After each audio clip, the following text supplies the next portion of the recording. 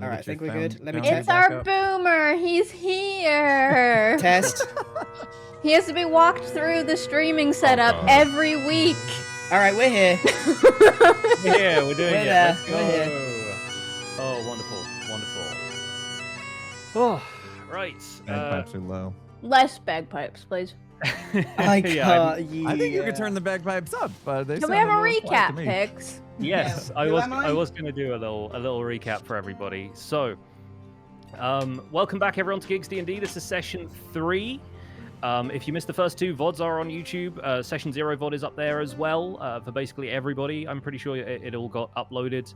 And welcome back, players. We're going to have a quick chance to introduce you and your characters. I think we'll do it in reverse order to how I've been doing it. So we're going to start with Scar. Introduce yourself and your character, please. I never go first. Now you do. Oh, okay. Oh, hello everybody. It's Mr. Wizard. A wizard to be sure. A wizard who knows nothing what to say. Who knows anything? Summed it up nicely. My favorite Mr. Wizard. Wizard. So hard. See, this is. I'll get you. I'll keep you on your toes. This is how. Pix how we is do like a it. teacher. I really don't want that to be the vibe, You but somehow caught me off guard so hard. it lands that way every single time. All right. Next up, Impulse. Oh, I think you mean my name's Bro Dude. Broghini Dude Stone at your service. I am a dwarf fighter, and recently I've got an upgrade. I'm a level 2 now, so you know I'm even buffer than I was first session, which is nice. Yes, Bro Dude, ever getting more buff. Yep, Speaking of buffer which, every time. Love it. the other person backflipping onto your screens currently is Grian. Once he's done cleaning his glasses. Yeah, they're actually filthy, and I don't know how. Oh no. I am playing Max Blunder, who is a half Goliath, half halfling, so he's a normal-sized person. And he loves doing backflips. I'm a cleric, by the way. I heal people. I've seen several people say that you took the thing of when a minotaur and a mermaid have a baby, and one of them is like half bull, half fish, and the other one is just a normal guy. And I'm like, that's pretty perfect. much. That's absolutely the vibe. But yeah, one of the more original character origins we've had. And finally, Jem, bring us home. I'm playing Ruby. She's got a knife. She's a rogue tiefling. Oh, I can see. And she's awesome. There's something about every Is it time weird she seeing me holds without up that glasses? knife, that weird smirk you get just looks so devious. Well, it's because it is. Yeah. I think if when Jem's horns arrive, I want everybody else to have weapons as well. So I feel like Okay. Grian's got to have some kind of mace. Impulse needs a two-headed like great axe. I think Yeah. Scar's already got the wand, so I need a wand upgrade is what I need. yeah, you need, Yeah, give me a better wand. need a wand Mhm. upgrade and a land vehicle in the background somewhere. I could actually make that happen. I've got an eye on a sweet tractor. Rick's he's got a hard bargain, and I'm trying to work him down. So, to quickly remind everyone what's happened in our stories so far, our 4 adventurers met in a tavern in the village of Strawborn, where they were sent on a quest by the tavern keeper, although they soon realized the tavern keeper had evil intent, and the errand they were sent on was helping their host brew monsters in wine barrels. The group took her down and thus prevented the village from becoming a hotbed of monster activity. They then moved on to the town of Nailbrook, where their first night's sleep at the local inn led to dreams of their past that became engulfed in flames and the sound of horses' hooves. They awoke to find that many others in the town had had similar dreams, and some of them were exhibiting symptoms of fever. After asking the healer and doing a little research in the local archives, our heroes went searching for the tomb of a fabled knight who was buried with his noble steed. There they discovered the local folktales were true as they encountered a nightmare, a dark horse wreathed in flames, and devilish creatures emerging from the smoke it left in its wake. The group fought the nightmare with assistance from the spirit of the horse buried in the tomb, and after defeating it, they took down the coven of cultists who had summoned the fiendish horse using a magical ritual. Returning to the town, they found the townsfolk fever has cleared up, and they settled in for a good meal and a much less disturbed night's sleep. And in an epilogue, unknown to our heroes, we saw the nightmare returning to its home in the Nine Hells, where a shadowy figure from Ruby's past may be plotting against our group of adventurers. My bad. And it's Can't all believe you make friends with Ruby's Ruby. fault. Can we run an It's all- ad? Ads are Yes, running. let's- Too late. Let's run I ad. had one. Too auto run. late. Yeah, mine got impatient. I and it ran snoozed, during I that, snoozed. Unfortunately. Well, anyone who hasn't already, run some ads, and we can all take a moment to breathe, stretch if you need to stretch, take a sip of your drinks, and Broth. prepare to return to the world we are creating together. I can't take a sip. My beard's too tight. I need to find Max. Broth I don't in know a where, I don't know where dragon he's gone. Look, check behind the sofa. Can't see him, can you? He's in there somewhere.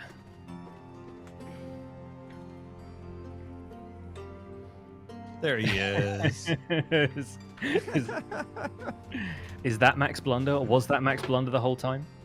How proficient is Etho in doing backflips? Probably pretty proficient. We'll never know. Well, he told me Wait. once he left gene stains on the wall because he was doing handstands. That's right. I didn't know this Etho lore. So, yeah, he randomly came up to me on Yeah. Hermitcraft one day and declared that.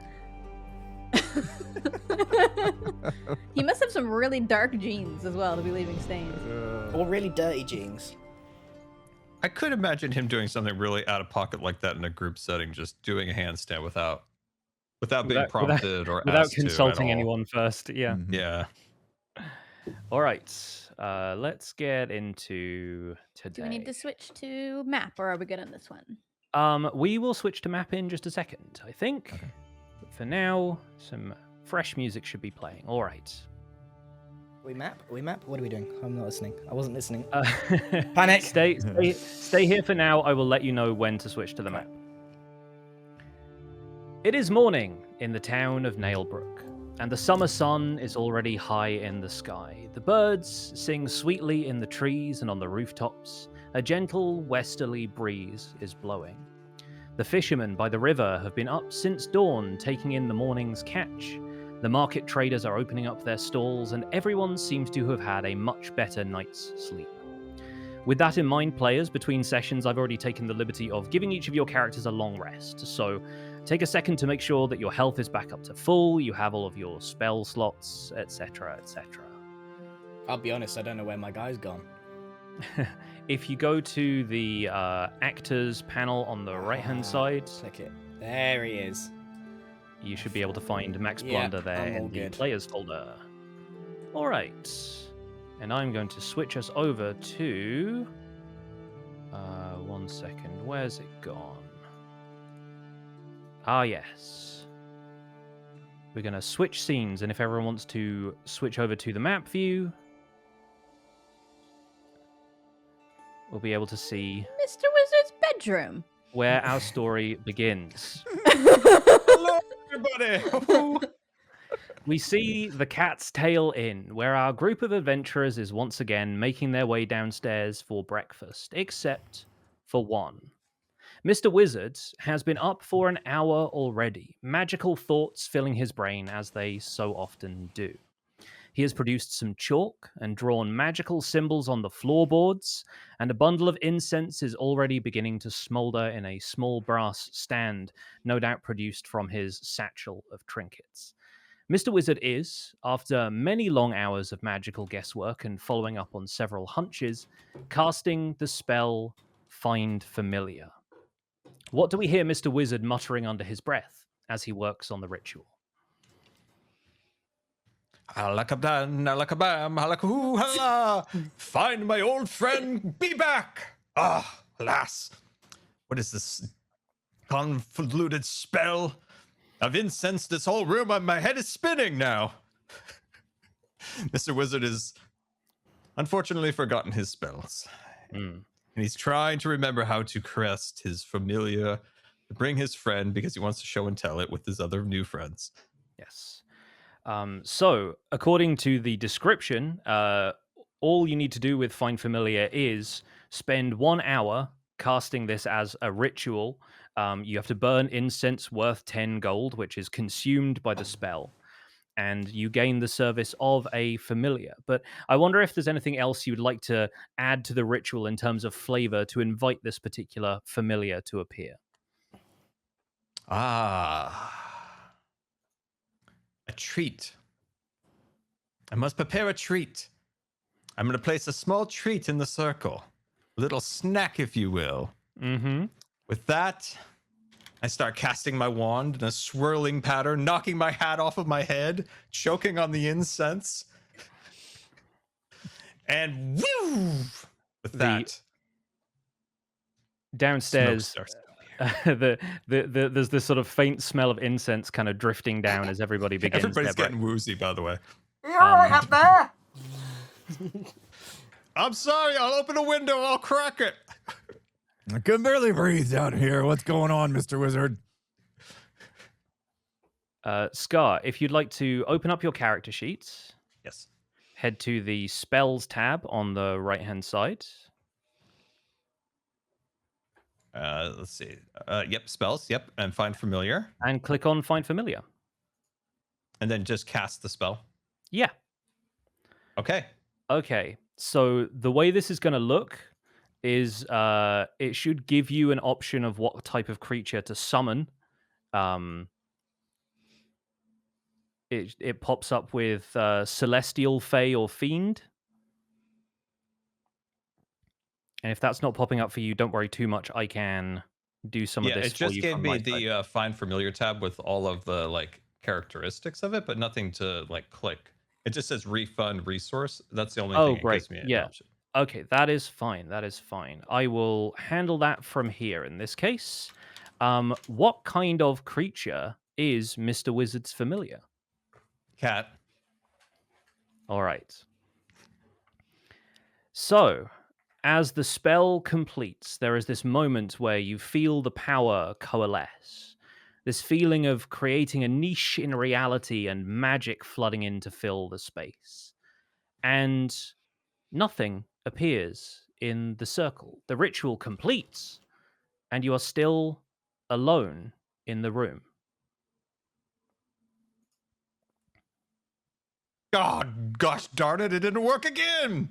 I need to burn more incense. But then as Mr. Wizard is contemplating what might have gone wrong, the breeze blows in through the open window and you hear a faint meow from behind you.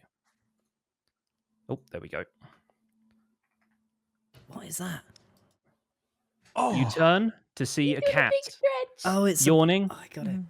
and stretching its paws out in front of it, briefly extending its claws out.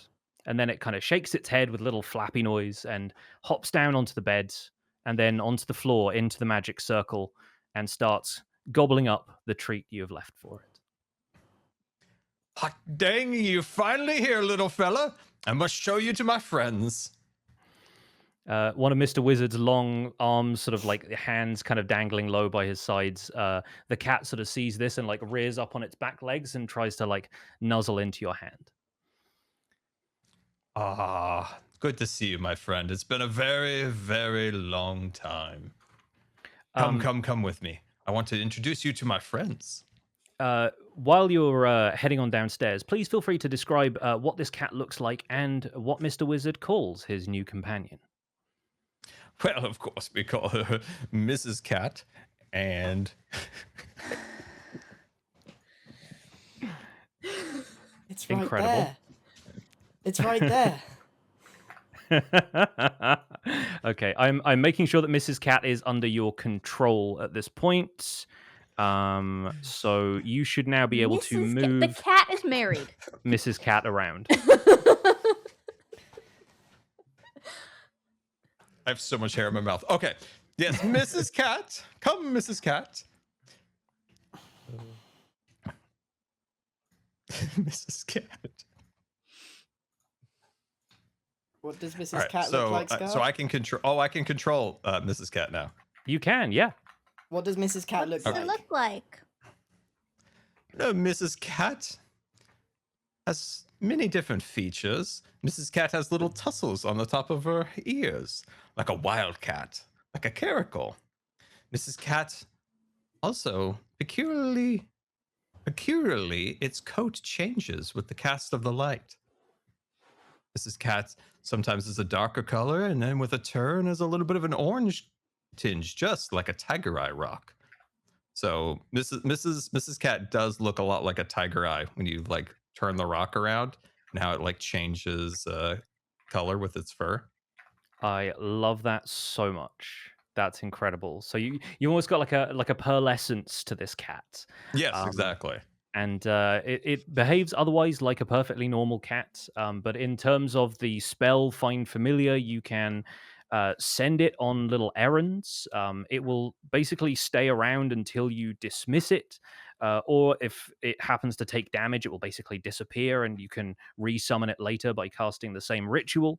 And you can, Mrs. Cat could even go downstairs for you and spy on your friends if you wanted to. But while it's within 100 feet of you, you can see through Mrs. Cat's eyes and ears, and she can communicate with you telepathically. Although I imagine that happens in a series of meows.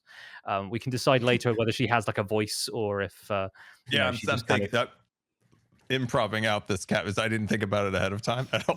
Really? Really? Are you telling me Mrs. Cat wasn't planned, Scar? No.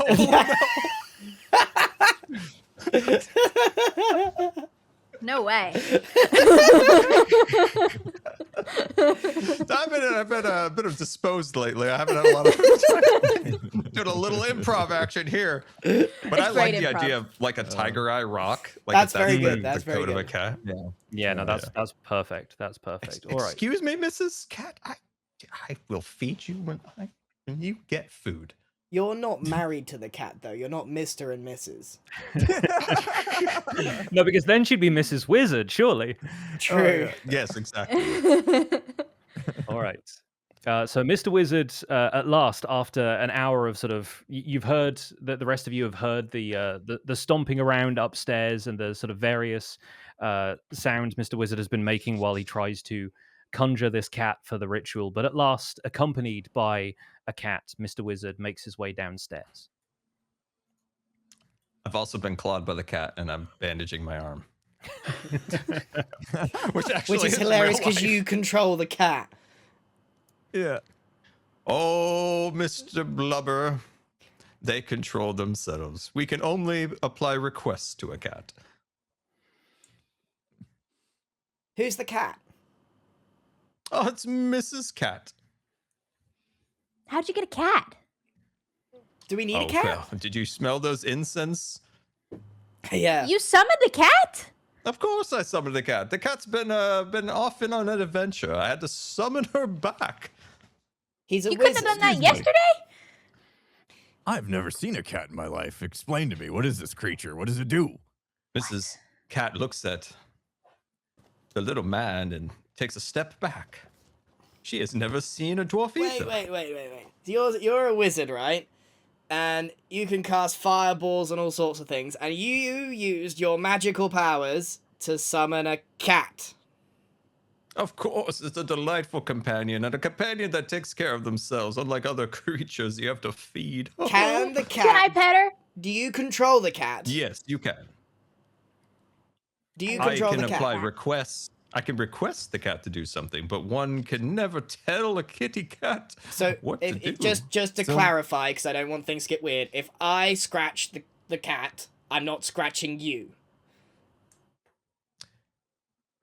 Do you feel it if I scratch the cat? I'm gonna scratch the underside. Do you feel this? You know, there is a slight tingle in the back of my Right, neck. I don't want. I'm not touching the cat. I would say no. I'm not touching the cat. Cute, it's the cutest little kitty there ever Fail to was. see how this is gonna help Why don't us. you in give the it a slightest. This is A the good pat on the perfect back. pet. Can the cat do a backflip? Travis, make it do a backflip. Mrs. Cat, would you prefer to do a backflip? And with a gentle nod, the cat has agreed to do a backflip. All right, I'm going to roll this cat's dexterity. Which is surely good. It's cat. No way it's doing a better backflip than us, Max. Mrs. Cat has a +2 to dexterity. That makes sense. And she gets a 17. That's a pretty good backflip. So Mrs. Cat is If I had I four think legs, I I'd think do it just too. kind of lazily executes a backflip from the table to the bar, where Hal, the innkeeper, who's looking much more lively than he was yesterday, is bringing around some fried potatoes as this cat sort of somersaults back from the bar to the table. We're not having that. Right, I'm up. That's the My cutest turn. cat! We have My to keep turn. it. We're keeping it. There's no way I'm being shown up by a cat. Here we go. Come on, Max. Show him how it's done. Oh dear. And with a 7, Max Blunder, having not yet had his breakfast, is unfortunately able to execute the most perfect of backflips. I think at this point, a 7 means you backflip, but you don't do it in a way that anyone would remember. It's too cramped in here. I can't work under these conditions. That was a horrible. I haven't had enough pints to do any backflips yet today. Sorry. Here you are, Mr. Dudestone, and Hal drops the first pint of the day in front of Bro. Ah, there we go. That's much better. Thank you. He's sort of serving the other inhabitant of the inn, who's the musician that you met in session 2. He's bringing her some like smoked fish that were caught the day before, and some fresh tomatoes and mushrooms. There is this pleasant smell of food wafting through the room, and he pours her a cup of green tea from a little iron pot, and then bustles over to your table. Good morning. I see Mr. Wizard has joined us. Lovely to see you all. Can I bring you some tea? Perhaps a spot of breakfast? Tea would be lovely. I'll put another No pot on eggs. the fire. Did you say you ran out of eggs? Yes, unfortunately, Mr. Blunder, much as I appreciate your custom, I'm afraid yesterday's breakfast has somewhat depleted my stock of eggs. That's right. and in I fact, think the I've eggs- still got one. Let's take one out of my pocket. Oh. Start peeling the hard-boiled egg. That may well be the last egg in the entire town. I believe the eggs of the entire street market were depleted Right. as well. In which case, I will have a giant plate of mashed potato. Right, you are. Mashed potatoes coming right up. And what can I get for you, after my gentlemen? own heart, a good potato can go a long ways. Potatoes I for could use you a then. plate of meat. Any meat you have. And I'll take an Arnold Palmer. Who's I Arnold Palmer? not What's familiar that? with Oh, that never particular mind. It's from a gentleman. different realm. It's from a different realm. I'll take a tea with a squirt of lemon. Oh, right, you are. I think we have some fresh lemons somewhere. I'll see what I can rustle up. And yeah, he bustles off behind the bar and gets to mashing some potatoes. He brings some tea for Ruby, again from this little iron pot that goes above the fire to steep, and then yeah, comes back with a decent sort of breakfast steak for Broghini Dudestone, a heaping pile of mashed potatoes for Max Blunder. This You is guys delicious. require an odd amount of food. I'm looking around. That's a lot Does of food. anybody want some of this buttery goodness? Oh, I do. Let me get my wand in there. Steak and potatoes. You, Sounds like a you good combo touch to me. my mashed potato with that thing, and that cat's going out the window. Don't threaten the cat. It's him. He is the Wait. cat. The cat is him. Mrs. No, it's an innocent cat, Mrs. Cat. Mrs. Cat narrows her eyes at Max Blunder. Come here, kitty. I'm just petting the kitty. I slap Mr. Wizard's wand out of his hand and then scoop up the mash with my hand and just start piling it in. Yeah, because that's better. I'll have you know that I enjoy a clean environment, and this wand is very clean. I don't know where you put that thing. I have a bad feeling about this cat. Have you never witnessed the companion of a cat, Mr. No, Mr. I have not. I fail to see why this is helpful at all. Are you afraid of cats? No, maybe. I think he may be afraid of a kitty. He's afraid of cats. He's afraid of a kitty. Makes my beard itchy. Oh, I'm sure it does. Hal, the innkeeper, comes back around with a plate of food for Mr. Wizard and gives Mrs. Cat a gentle pet and says, "Oh, you don't need to be afraid of cats, Mr. Dudestone. They're quite lovely company. They're good luck in some places, I hear." All right, we'll see. I'll give it a chance. Just don't cross her. After all, you're staying at the Cat's Tail Inn. I mean, what more do you need? That's true. I proceed to eat Where my are we mashed going? potatoes with my wand, and it's Let's getting go all over my shopping. beard. Oh, I wanted Max, to go can we go visit the shopping blacksmith. today? Can we do that? I'd love to go shopping. I'm not gonna lie. Let me finish my mash. Max, will you be paying for our wares today? Well, he better be, because I paid for the adventure My yesterday. coffers are empty, I'm afraid. No, I highly doubt that, That's not Max. true. You're definitely the richest one among why don't us. you take a look in his pocket.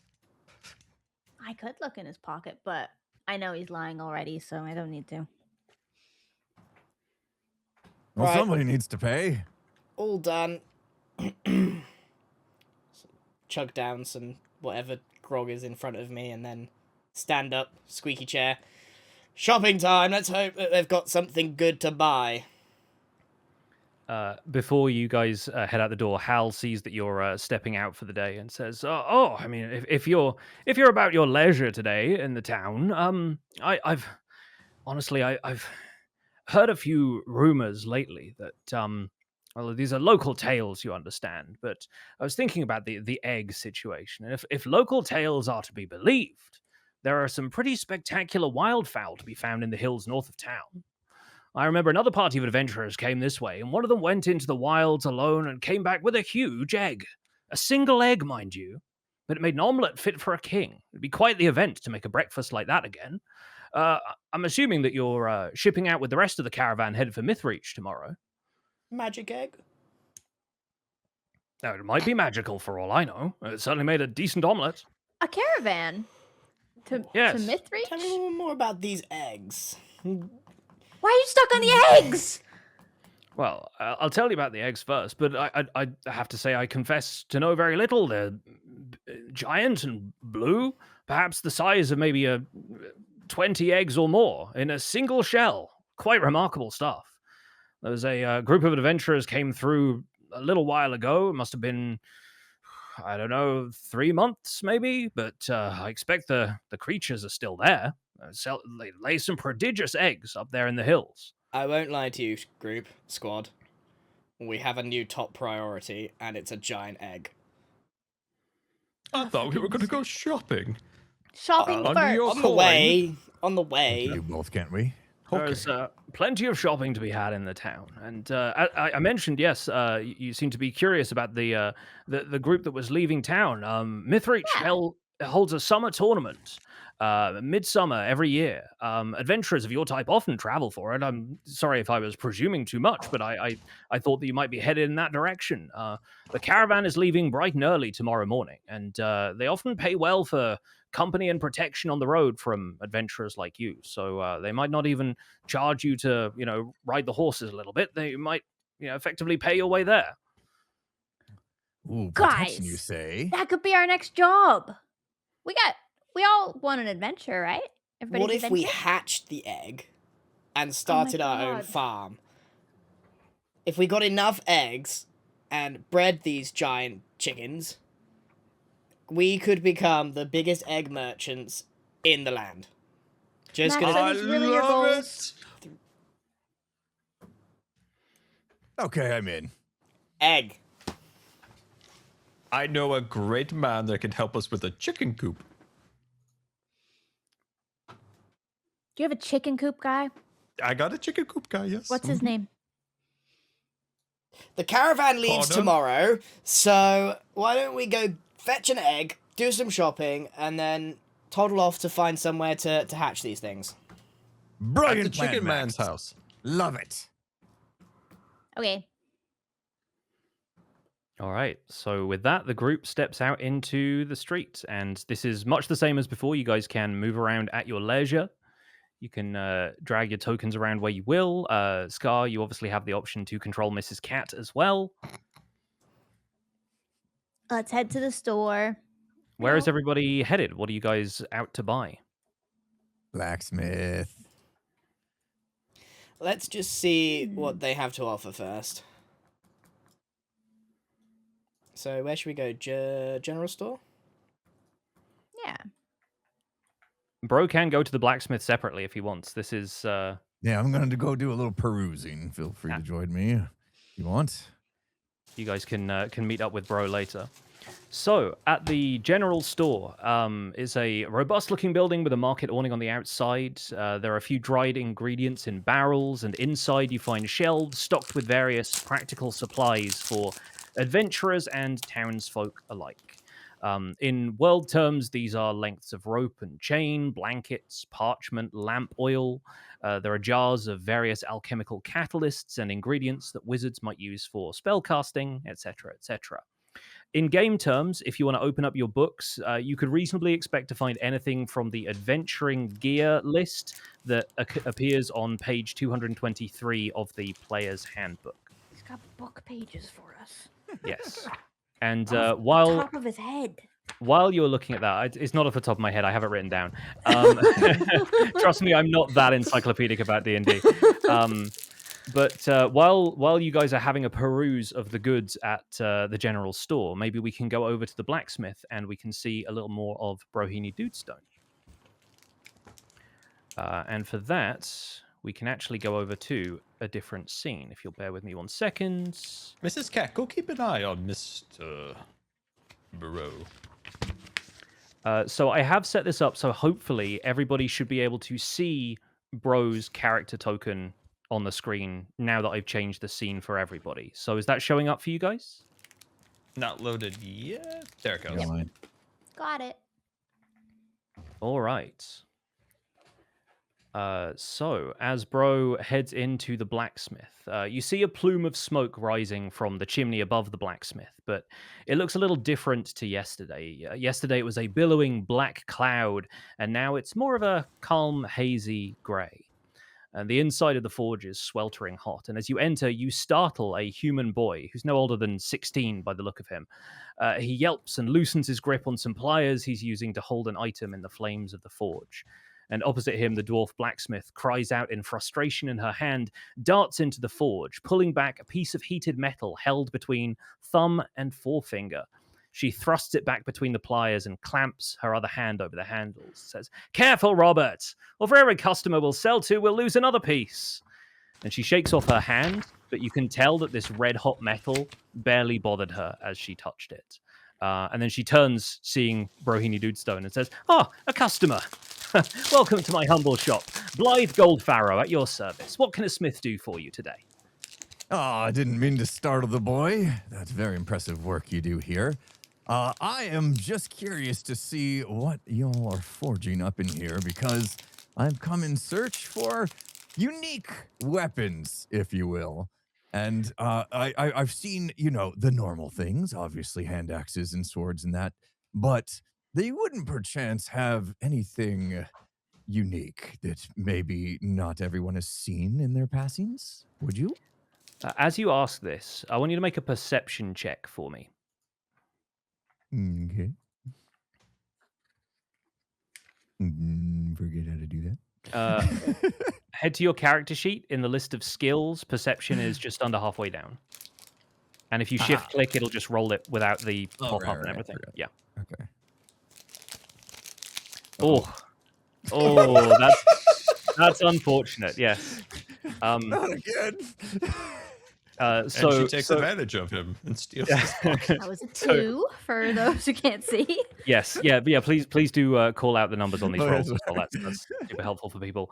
I think you're so focused on the forge area with all of the smoke sort of rising up and the just having startled this young lad that the shopkeeper sort of directs you over to the what to you is the left-hand half of the store as you're facing in towards this counter, where there are clearly a bunch of weapons and armor and things on display, and says, "Well, if it's weapons you're after, take your pick. There's plenty of stuff here." And she kind of comes out around the counter and says, "Well, yeah, no, there's a lot of stuff here. I think a lot of it you'd find fairly ordinary in terms of weaponry and the like. I expect you've seen plenty similar on your travels.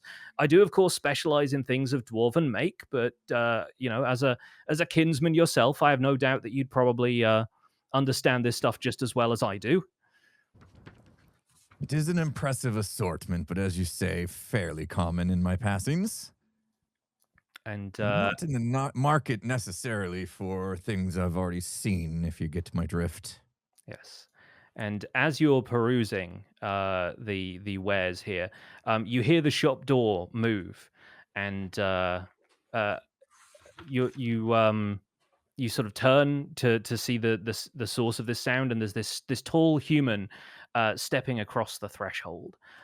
He's a middle-aged man with a chain shirt and a suit of plate armor over the top, has a sort of rough stubble and this messy mop of dark brown hair, and barely noticing that you're in the shop at all, he says, "Oh, good morning, Miss Goldfarrow. I've a sword that needs sharpening." And as he steps a little further into the room, he sees the two of you amid conversation and sort of, "Oh, my apologies. I'm interrupting you with a kinsman. Should I come back later?"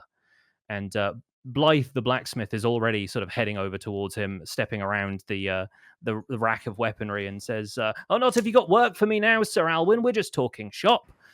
And the knight sort of steps in, seeing Bro Dude, and says, "Oh, wonderful. So you're a smith too, then?" It's ad time. Sorry. It It is ad time. It must be other people's ad time if it's my ad time. All right. Mine just rolled. Sorry. We'll leave them on a cliffhanger. Just pause for a second. All right. And I keep thinking the blacksmith's just gonna swing on impulse. It pays for the show. Yes, and in the meantime, while people are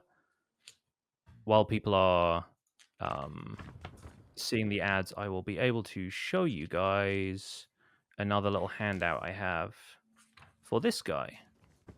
I'm looking at all the things to buy. When looking at this adventuring gear, how do we know what's in a I don't know, healer's kit? Turn the page. Cool. Sounds good. It's my favorite bit of instruction to give, really. Yeah. You have to keep reading. Can I put the net over people? Certainly something you could try.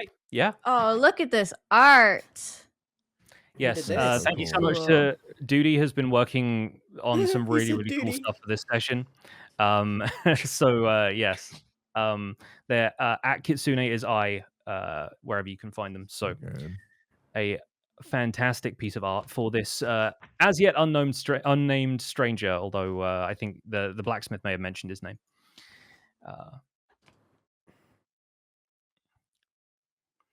Any other questions about the adventuring gear before we continue with this scene? No, all good.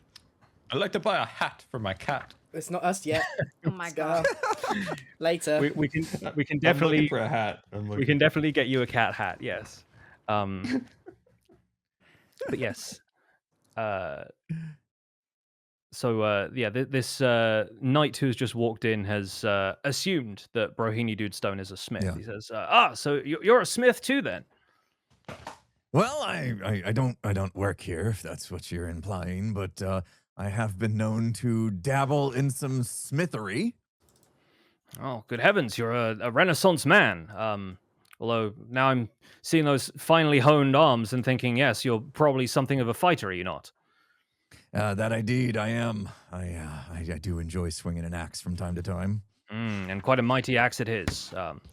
Sorry, I very rude of me. Sir Alwyn Faraday. But the sir is entirely optional, I assure you. That honor was earned a long time ago and has long since been spent. These days I mostly train the town guard, the gate watch and the like. You happen to be looking for work?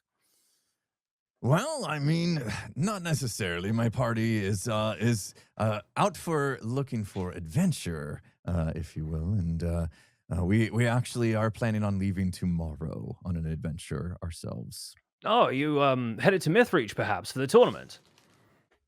Mythreach.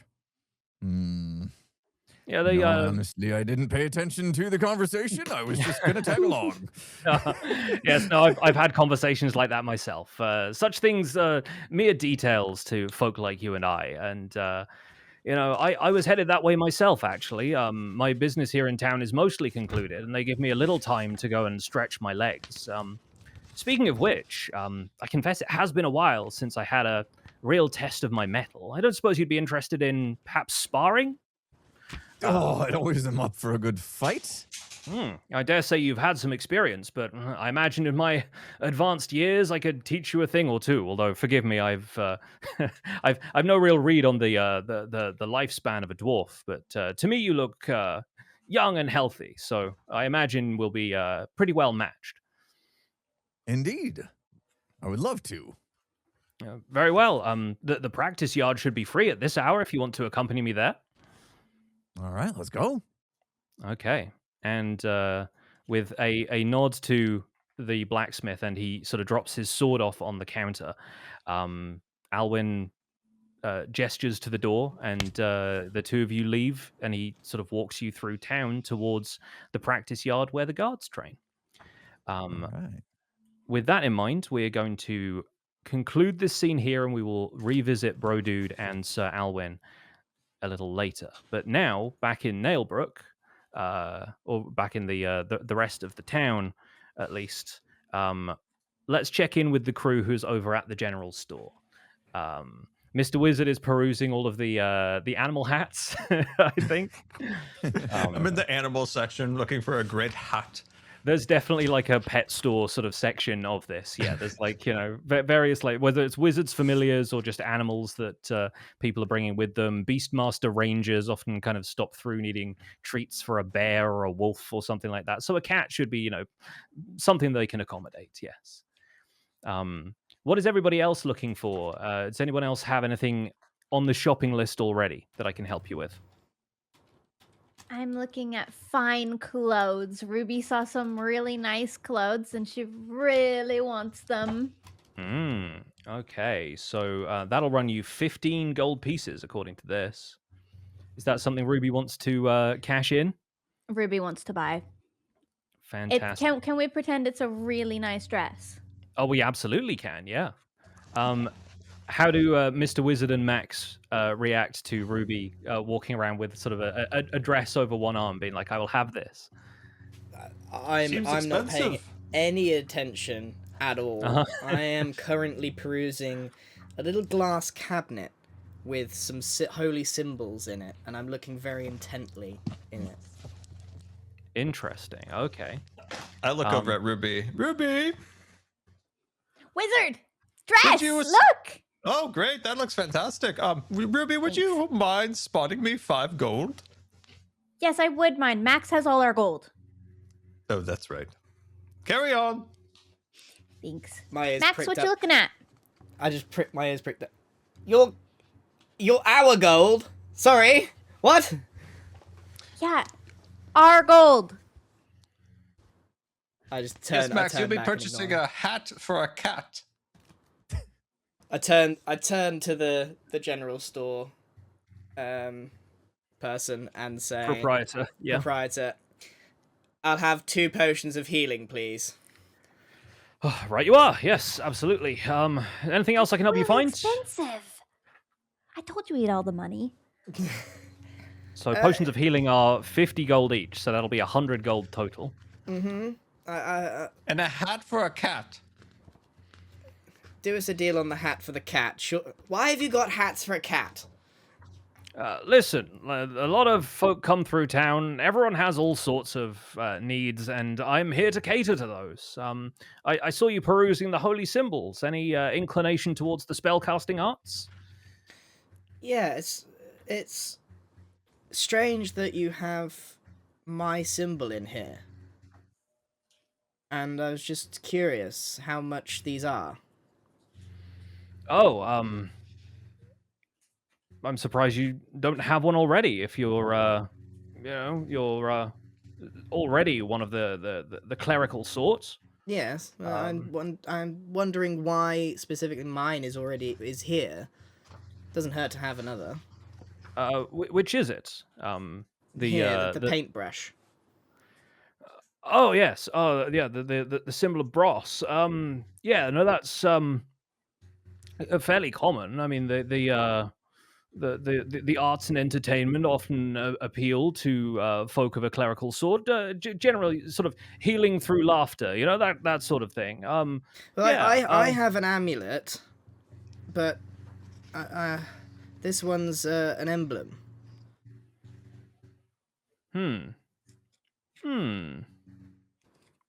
Right, you are. Well, if you want the paintbrush amulet, that'll be it's 5 gold pieces. Pretty standard going rate for a holy symbol of that sort.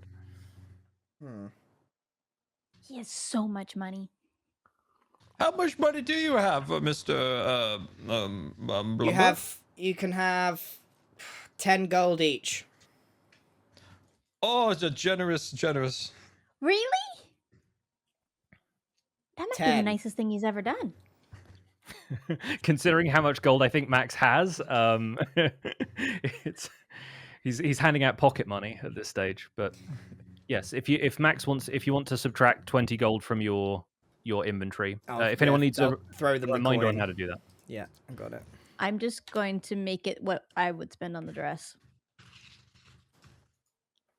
Sure thing. Okay.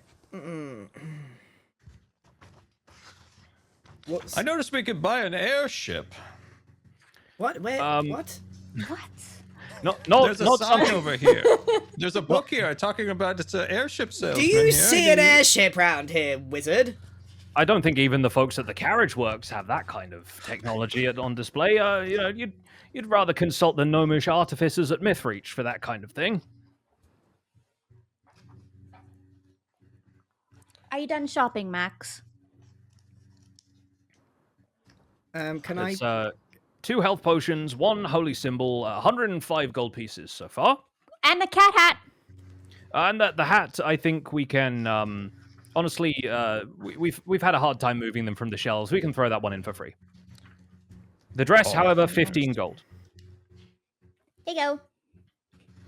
So I want a jug. When it says emblem, it says born on fabric. Is this something I can like put on my cape or something? It'd be like a patch of some kind, yeah, I guess, or like a yeah, some sort of design that you could stitch into something. Or alternatively, it says on a shield. So yeah, you could like emblazon it on a shield. But no, no, you do. I'm pretty sure you do. Do I? Really? Yeah. Yeah. Oh, Yeah, it's in there. It's in your inventory. Oh, sick! I might put it on my shield. I love the fact that it could be a shield or fabric. Like those two are interchangeable. Yeah. I mean, it's. I feel like it's. Imagine like the difference between like an iron-on patch or like a vinyl decal is sort of the difference. I think. All right. I'll take the emblem. Right, you are. Yes. Then that'll be 5 gold. It's 105 for me with the 2. Yes. And So I've got 15 for the dress, and we're throwing in a little beanie for the cat. I have now 6 gold to my name. It's my first dress. This is so exciting. I'm not going to put it on yet because we're going after eggs and I can't risk it. What kind of hat does Mrs. Cat have? Scar. I said a beanie. I was mostly joking. I apologize. I was muted. Our good friend George is tending to his lawn. Grass for you, magical folk. I think the hat is like a witch's hat, kind of like spirally. Love it. Yes. Yeah. No. Perfect. And Mr. Wizard would also like a crowbar. Okay. Cool. Of all of the wizard things on this list. Yeah. So that's Did you an read additional. the list, Scar? Did you see how many useful things there could be? Could you tell me, because I think I lost the page a while back. 223. I do love the fact that Mr. Wizard just wants a crowbar. I think that's perfect. That's insane. The shopkeeper says, all this talk of airships has got my mind racing, I tell you. Should I go into the airship business? Is that really something that They do folk seem like in you often more come through? demand than cat hats, or actually in the same demand from the same man. Well, yes, you seem like quite a unique customer, but I've had many I folk wouldn't through get these into doors. any business based on him. He's a bit like the wind. Comes and Mr. goes. Blubber, if you recommend any other objects, I'd quite enjoy this crowbar. Could you imagine the places we could get into with it? Or if there's I don't know, an evil toad appears, we could squash it on its head. The Well, crowbar won you 2 gold, by the way. how much gold have you got, Scar?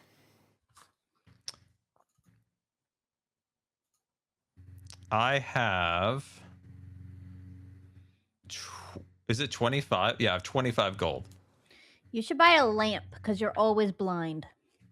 Oh, I just cast Mr. Blunder as That's a true, light you of could our just cast. lives. There's well, there's I don't know how useful it is, but there's arcane focuses. I'm going to Pits, what stick are to they? the crowbar.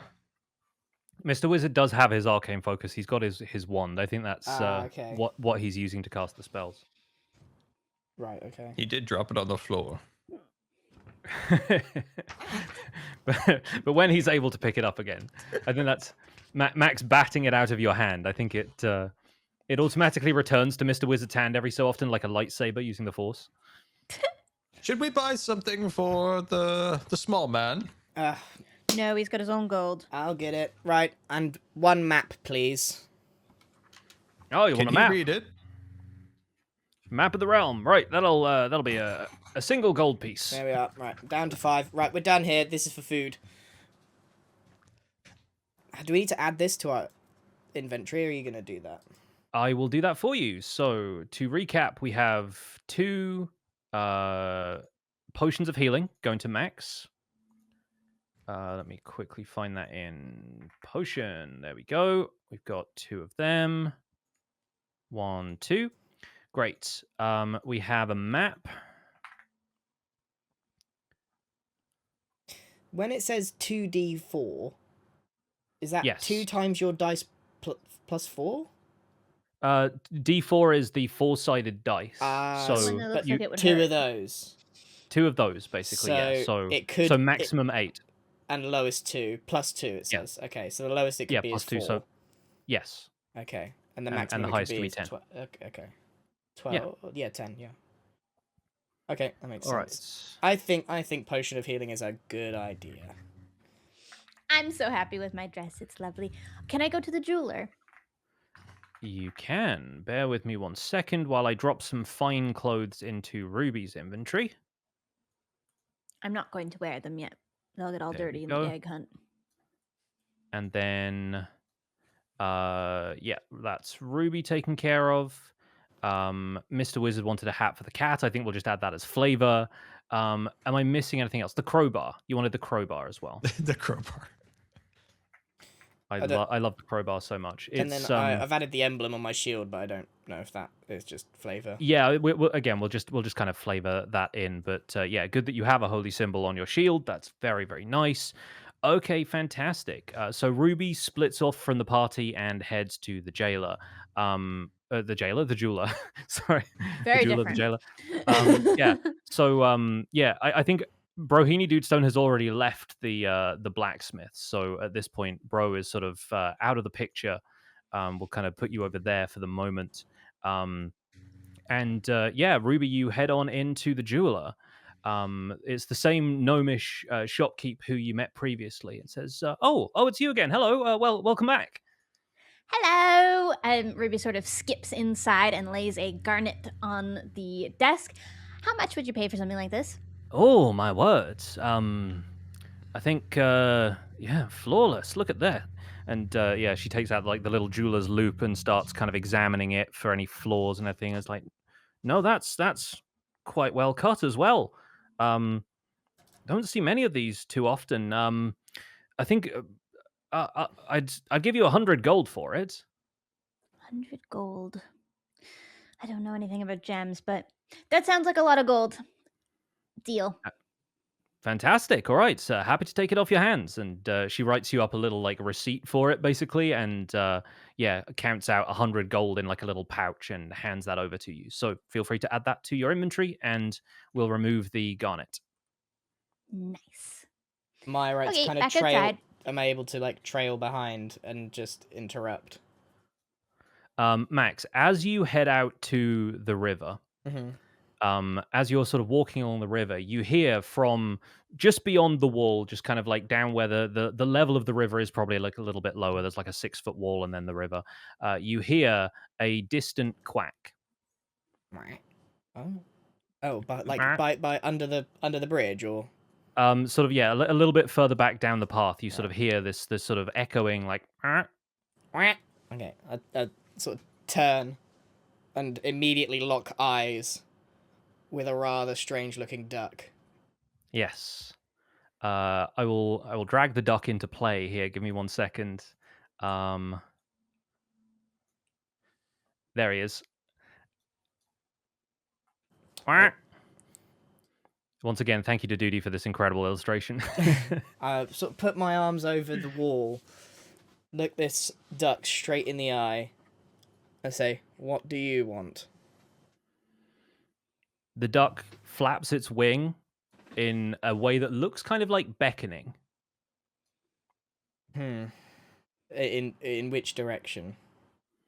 Like towards the other side of the bank, like over here, and it starts to kind of like flap a little bit. Like gets the wings going. Familiar with the importance of this animal, I'm gonna just turn and say, "Be back in a minute," and head over to the duck. The duck meets you on the path, sort of about here. Okay. Winks at you, which is weird for a bird. You can't really see the other eye, so it sort of turns and does this, and you sort of assume that the other eye is still open, and waddles off on this path up this way. And obviously, I stride quite quickly behind it because it is a duck and it is waddling very as best it can. Yes, I think occasionally it sort of feels you sort of getting up too close behind it and like picks up the pace and like flaps a little bit. I'm like and trying hops, to pet it as well. I'm like trying to touch it and doesn't like it. It hops past the tree, past this little lamppost, and then heads up towards an area that you see quite clearly is some sort of temple. There's a statue outside, a sort of non-denominational temple, and there's a cat sort of curled up by the statue, and the doors of the temple are wide open, and inside you can see a dragonborn cleric is just kind of going about attending to something on the inside. The duck sort of looks at you and goes, "Quack." Whack you are. All right. And then I sort of move up in front of the temple, take a look inside, take a look up at the building. I turn back to the duck and sort of point inside through the door and sort of just asking the question in a way that the duck understands. It kind of goes. It like bobs its head. All right, I'll play your game, and I'll go inside. Right inside the temple, there's this brass-scaled dragonborn, sort of tall, heavy-set, very lizard-like features. Has these blue robes that kind of accent his scales, and he's sort of carefully pouring water from a copper bucket into a basin at the foot of one of these shrines. The floor is this lovely polished stone. There are carved pillars, and in between each of these pillars is a shrine to some deity or other. The more generous gods even share a space. And so you maybe recognize a couple of the pantheon here, but the Dragonborn sort of spots you walking in and says, "Oh, welcome, traveler. If you have a need to rest and take a moment in contemplation or make an offering to the gods, the house gladly receives you. But, I see the emblem of Bros upon your shield. Welcome, brother." Ah, you recognize my symbol. Indeed, as attendant to this temple, I know many of the various gods of the realm. Well, Bros often is second to some of the more aggressive or wealthy gods, shall we say. Not many give much to the arts. Oh, well, yes, well, there's... Such is the way of these things. The gods are patrons of various people. The downtrodden deserve just as much faith as the mighty. And indeed, like, we cannot all be Freya the War Maiden, or Otar the Promised, or even the great Bahamut whom I serve, but there are, of course, many gods and many, many people throughout this world. Well, I'll be completely honest with you. Although I display incredible connection to my god, it's rather reluctantly, and I have been rather led here. Do you have any statue to Bros or any kind of imagery?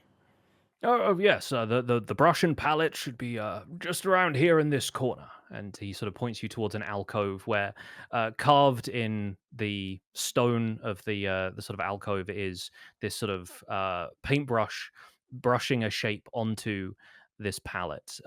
And this one has been adorned with some various colors, and there is something about these brush strokes that I think this is something that maybe Rufus would have taught you in your early studies, is that the theologians, the various sort of religious scholars, have always argued over whether there's a shape in the center of this palette that looks like either a rabbit or a duck.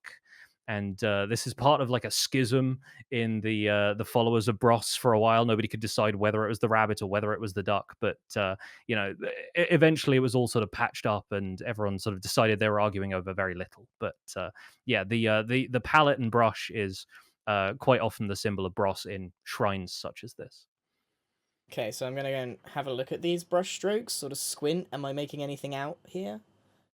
Roll an investigation check for me, please. Okay, let me find that. Investigation. Oh, I've got good investigation. Let's see if that actually pays off.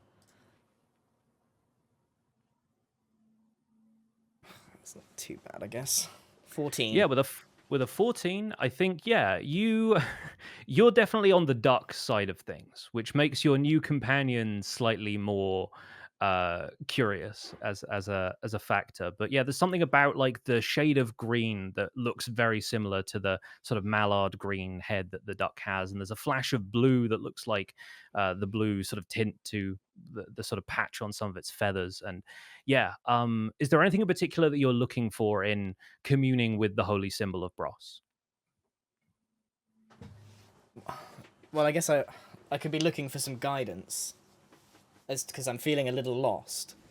How would I go about doing something like that? Yeah, no, you sort of take a moment in silence and reach out to try and touch whatever the divine sense that Rufus was always trying to instill in you.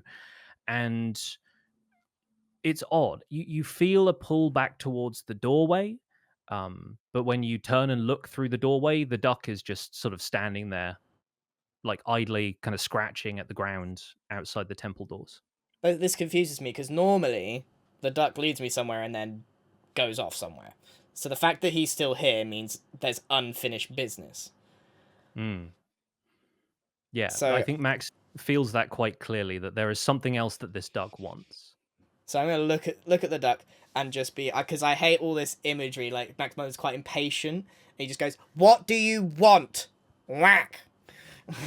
Quack. The Dragonborn attendant sort of looks around and goes, "I'm sorry, you're talking to me?" No, you see the duck. Do you see the duck? Yes, strange animal. Surprised the cat hasn't chased it off. What's it doing out there? That's my duck. Look, mind your own business for a second. Duck, what do you want? The duck sort of again like makes a wah, wah, wah, wah, wah, wah kind of noise and like flaps its wings a little bit, but it starts to walk off up the path in this direction. Oh, blimey. Right. Yes, I'd sort of talk to the Dragonborn for a second and just be like, "That's a sign for me to leave, isn't it?" If it is a sign you seek, then perhaps you have been given it, yes. But if you need my counsel at any other point, please feel free to stop by the temple. My doors are always open to others of the clerical arts. I'll tell you what this interaction has given me, is I need to learn how to talk to animals as soon as humanly possible, because I am sick of hearing that duck quack at me when I could just understand it. Right, and Are you following the duck? I'm following the duck. You're waddling out behind it. The duck continues up the path towards the river, and for a second you think maybe it's just gonna like jump back into the river and swim off, but it actually continues on this path that leads north. I wave over to Ruby and be like, "Don't worry, just following a duck." Wizard, should we get him? Do you want the cat to kill the duck? Keep your cat away from me. Do you need help? Not yet. Oh, it's And I okay, think- Mrs. Cat, you can eat the duck later. It is ad time soon. Yes, with Again? Max following this duck away, I think we'll run some ads and then we'll check back in with Broghini Dudestone as he spars with Sir Alwyn Faraday. I have a hard time with that duck's face. That is the funniest looking duck. It's It's absolutely like angry incredible. but funny at the same time. It's Yeah, I have some fun stuff. There is let me just say there is more than one duck drawing, so I'm looking forward to revealing the other duck drawing at another point during this. I But don't in the really know meantime- what to do with the ducks. I wish I could speak with animals. In the meantime, I can show you the full image of the duck again. So anyone who Wow. hasn't caught this already, beautifully Oh, wow. rendered duck. Wow. That's a might, great I duck. might go and visit Little Boy's room if that's okay. Oh, please do. Yeah, Yes, if okay. anyone needs to take a break, Oh, yeah. go That's for a it. good idea, actually. I will be It's both angry and whimsical at the same time. That's a good duck. The duck truly like runs the gamut. It does. Perfect. All right. While Impulse is off, I will set up the next scene. Hope everyone's enjoying a little bit of domestic D&D because it's fighting time. Ooh. I'm enjoying our little between episode gear getting. Yeah. This it's always nice to do an episode like this where there's a little bit of downtime before we really hit the gas. And speaking of which, they did mention that there was a carriage works in town if Mr. Wizard is interested in acquiring a land vehicle. I would love to. So maybe we'll head back over to Ruby and Mr. Wizard after this, and then we'll see what mystery Max has with this duck that he is now obediently following. I had no ideas for the cat, so I really had to. Oh, no, had no, to no, dig on that one. No, I should have thought about the cat ahead of time, but I didn't. I feel like everyone knows your cats so well at this point that I think a lot of people were assuming that one of the cats was going to be like your cat, but then I yeah, decided to go in a different direction within a millisecond. Yeah, and I think of thinking, I was like, I think that's lovely. I think Mr. Wizard Yeah. having like his own character, Mrs. Cat being her own character is also just Yeah. wonderful. So fully and support. Tiger Eye is my favorite rock, so it's like I don't know. I think that They goes are with it. very pretty, yeah. So I think that's it's almost nice that she's got like the Jeb sheep kind of quality where like the color changes a little bit as you're looking at Yeah. it. Kind of thing. And now a hat. Yeah, and now a hat, and now a little witch hat. So happy. So I'm gonna happy. get a little backpack for it next. Like did you ever play is it called Stray, the game where you're like a cat walking around like Oh, yeah. like a robot that society one. and like the cat gets a backpack put on it and it's so miserable for like a minute. I've never. Chad had tried to get me to play that for years, and I still haven't played it. It's a cute one. I've watched it played. I haven't played it myself, but yeah, really cute game. All right. Grian returns. Are the ads done? Are we ready to go? Yeah. Yeah. All right. Got an hour runway now without ads. We are I have picking up 30 minutes. I did a 2-minute ad to give me some more runway. Yeah, how do I do Nice. that? I'll figure it out. So back with Broghini Dudestone. Sir Alwyn takes you to a wide open air practice yard. There are sort of rough flagstones, but sawdust covering the floor, and racks of wooden weapons against one wall.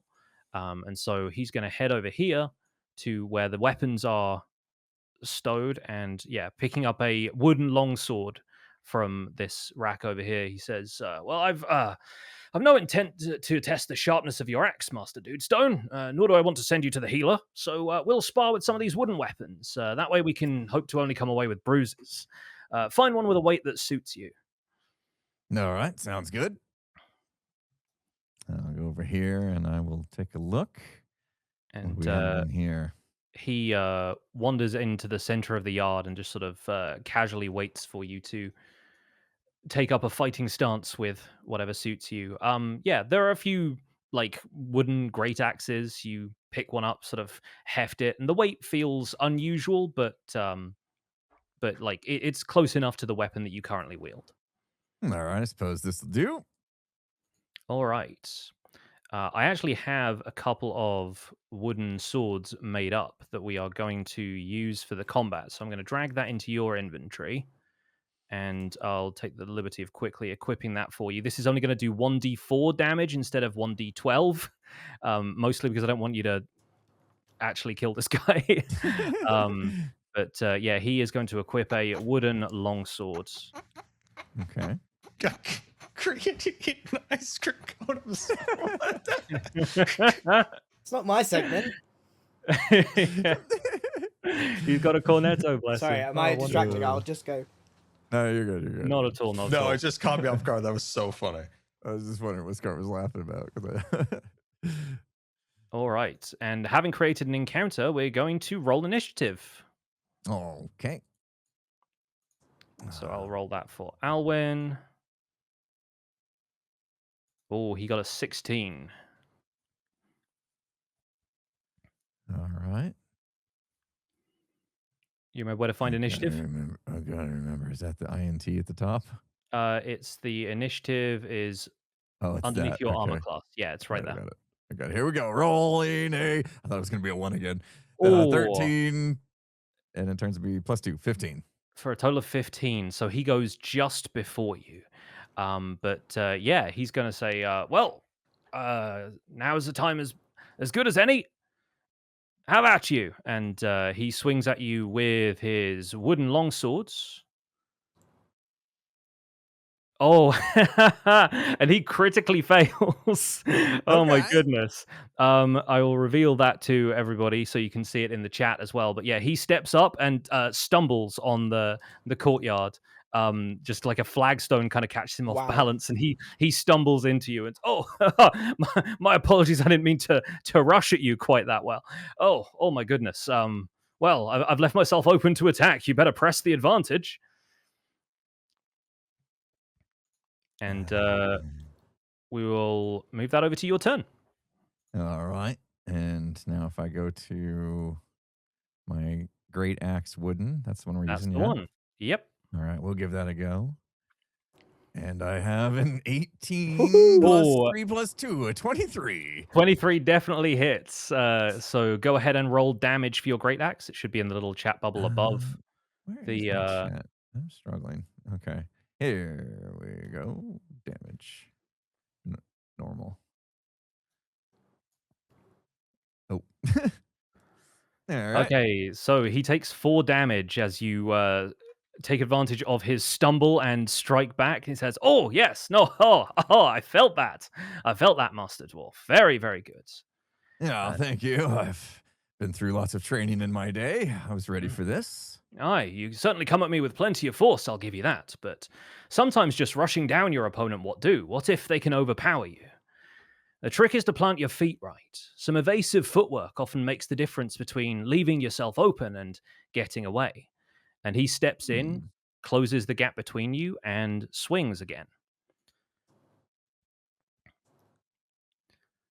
This time he rolls a 13. Does a 13 hit your armor? That's the big number underneath your character portrait. 16, not 16. quite. Okay, right. He's kind of swings low, but you're already down there and you're ready to block the swing. And he says, "Oh, I can see this is certainly going to be quite the meeting, right? I believe it's your move then." All right. I mean, it was a brilliant move, but I was ready for it. So here we go. Let's see what I've got this time. And I roll an 18. All right. Go ahead and roll damage. Ooh, coming at you strong this time, buddy. That's a 7. In response, he's going to parry. So he's going to roll one of his superiority dice, and he parries for 7. So if I go ahead and reveal this to you, he's using an ability that, like, just as you think you're about to land this blow, he swipes it away with his sword and stands back up at his full height and says, "Ha, you see, that's the thing you need to remember, footwork. I was ready for that blow as it came in low. I brought myself down to where you were about to swing, and I was able to counter. Tactics sometimes are more important than the brute force that you're clearly very good at." I much enjoyed that. I feel like I am learning something new today. There you go. And as I said, evasive footwork will often make the difference between a strike well made and a chance to get away again. And he's going to swing at you once again with the wooden longswords.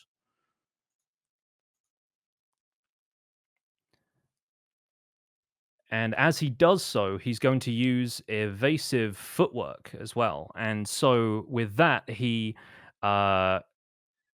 is able to spend another one of his bonus dice and disengages. So he swings, he misses you, but as he does so, he's able to clear the distance between you. You like move up to block his swing, and he's already gone, maybe like 15 feet away from you.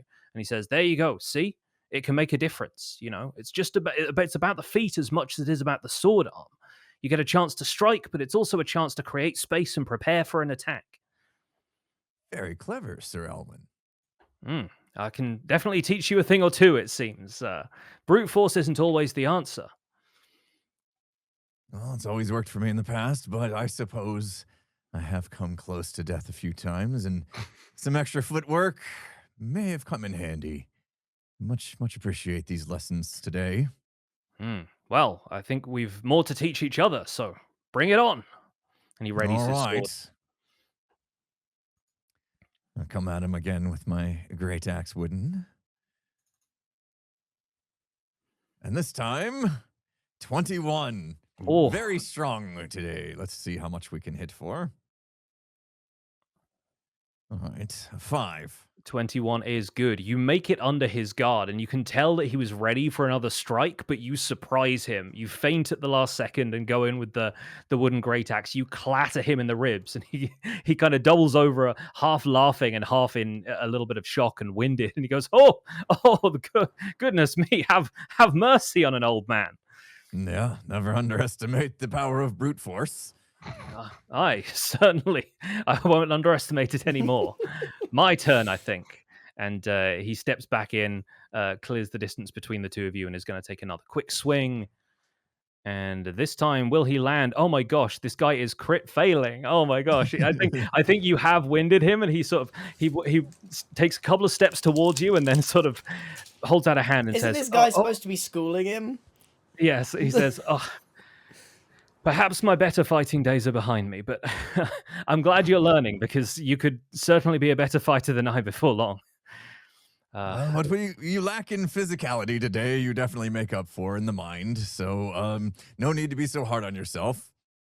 Oh, I was always more of a tactician than I was a warrior, but that's how I end up being a teacher, I suppose. And I think the two of you maybe take a short break. He catches his breath a little bit, and some good-natured sparring continues as we move back to town to check in with what Ruby and Mr. Wizard are up to.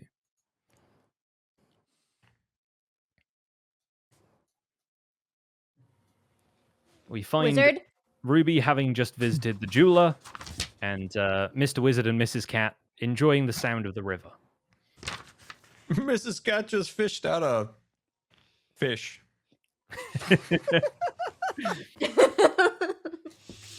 That's very impressive, kitty. Wizard, I have a lot of money now, but Max is chasing after a duck, and I'm kind of worried about it. I did see him chasing a duck. I told him Mrs. Kitty would have taken it down, but he didn't bite on that. Should we sneakily follow, or do you have something else you need to do? I'd like to buy an airship. Oh, okay. What about maybe they have like carriages, right? Around, probably? Do they have a carriage salesman around here? I think so. Mr. Wizard, make a perception check for me, please. Okay.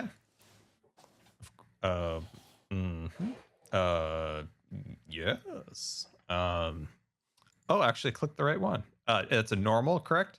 That'd be a normal roll, yes. Okay, here we go. I'm rolling. A 13. For 17 total, very good. Yeah, you have seen a carriage works in town, the kind of place that would specialize in the fashioning of carriages, carts, and land vehicles of various sorts.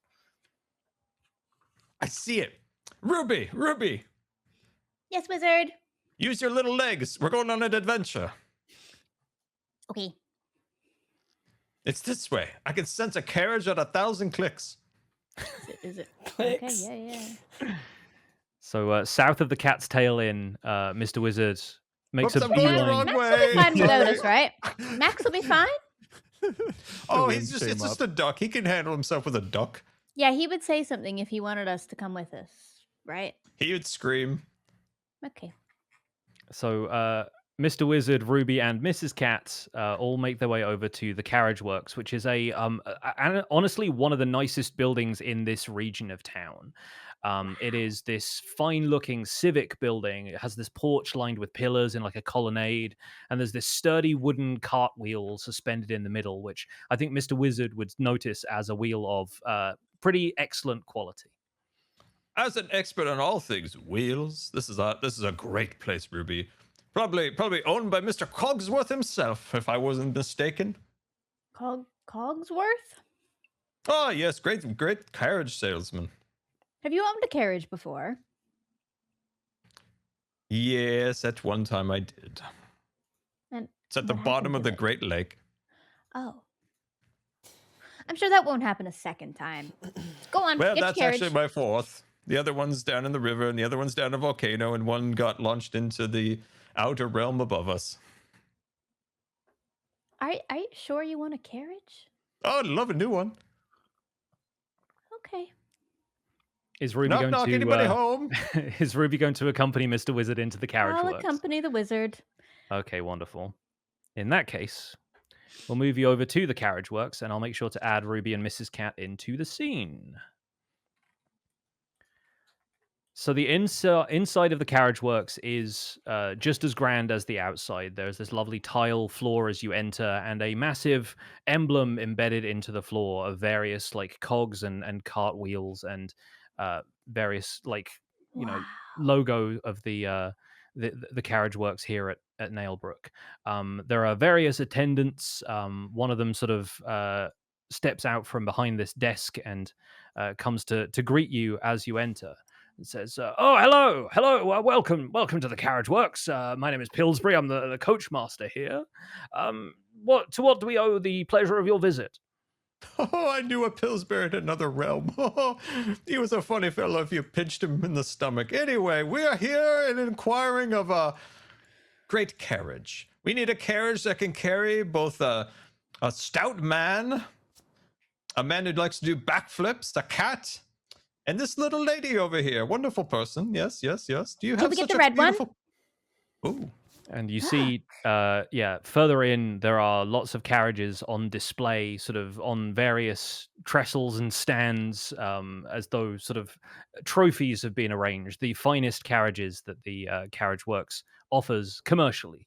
And Pillsbury says, "Well, yes, these are our standard models. There's a slightly sturdier iron version, of course, but much heavier, more for carrying loads from the mines and that sort of thing.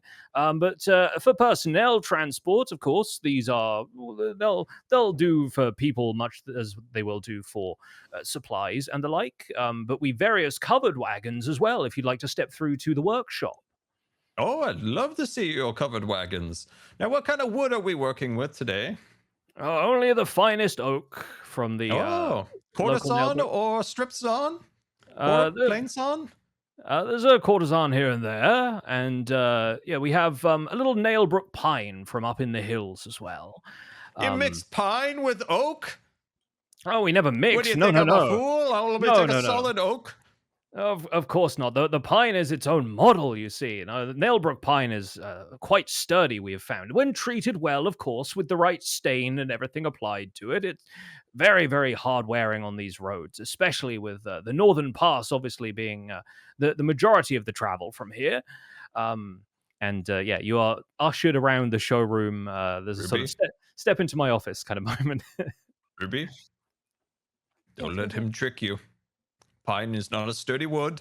We're looking for courtesan white oak. We'll take nothing less. Do you have enough money for this? You'll see me work my magic.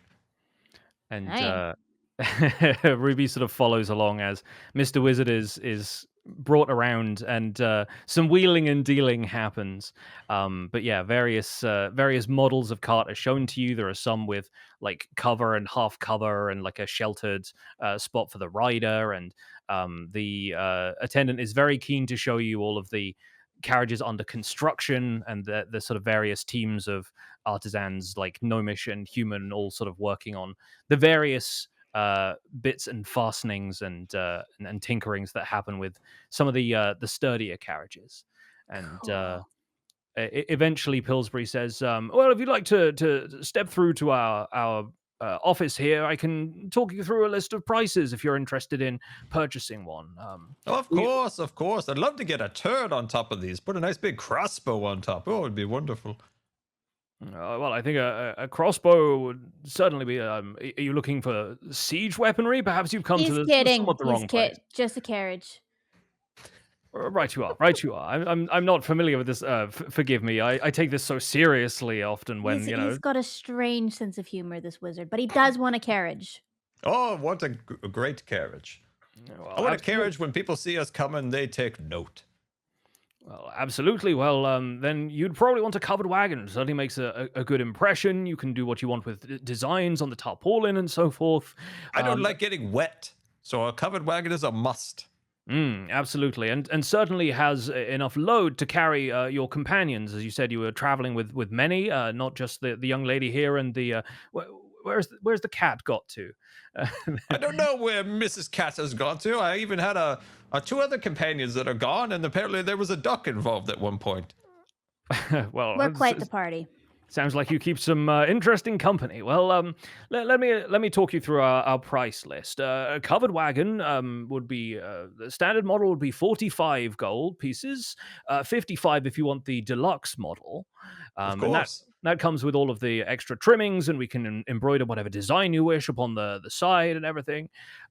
Then you'll be after some sort of pack beast to drive it, presuming your cat is perhaps a little small for the job. A donkey or a mule would cost you 8 gold pieces. A draft horse would certainly be a more sturdy beast, but would cost you a good deal more, something in the range of 50 gold pieces. And then there's bits and bridles and a pack saddle for the beast, of course. So you're looking at somewhere in the range of 100 to 105 gold pieces if you want a draft horse and the deluxe model cart.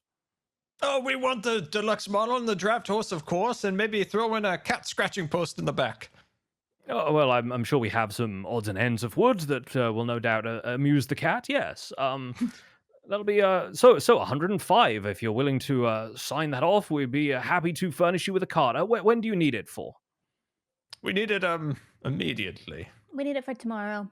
Oh, for tomorrow. You must be leaving with the Mythreach caravan, right? Well, yes. No, we can something certainly about do an that. egg. We're on a quest for an egg or something, a duck egg or We're something. going to Mythreach. All right, you are. Well, yes, no, this will be an eye-catching caravan on your travels, I'm sure. And he starts sort of drafting up various ledgers and things. Hold on. Since this is such an important deal, and we're going on such an important mission, couldn't you strike a deal for us? Oh, Can well, I do any can I roll anything to get like a super deal? you can certainly try and make a persuasion check. What are you trying to throw in? Like, how are you sweetening the pot for this deal? It's a good question. I want to get this for nearly free. Oh my god. That's gonna be a pretty high roll. But yeah, like how are you trying to persuade Pillsbury that he should give you this save wagon? the town, Scar. Use that. Yeah, good. Yep. Okay, I'll do the towns. We saved the town from the fever chills and the horse. So I could it could be paying us back for all the deeds that we did for the town. All right. So yeah, you start to explain this. As you're explaining that you're actually the saviors of the town. Roll me a persuasion check, please.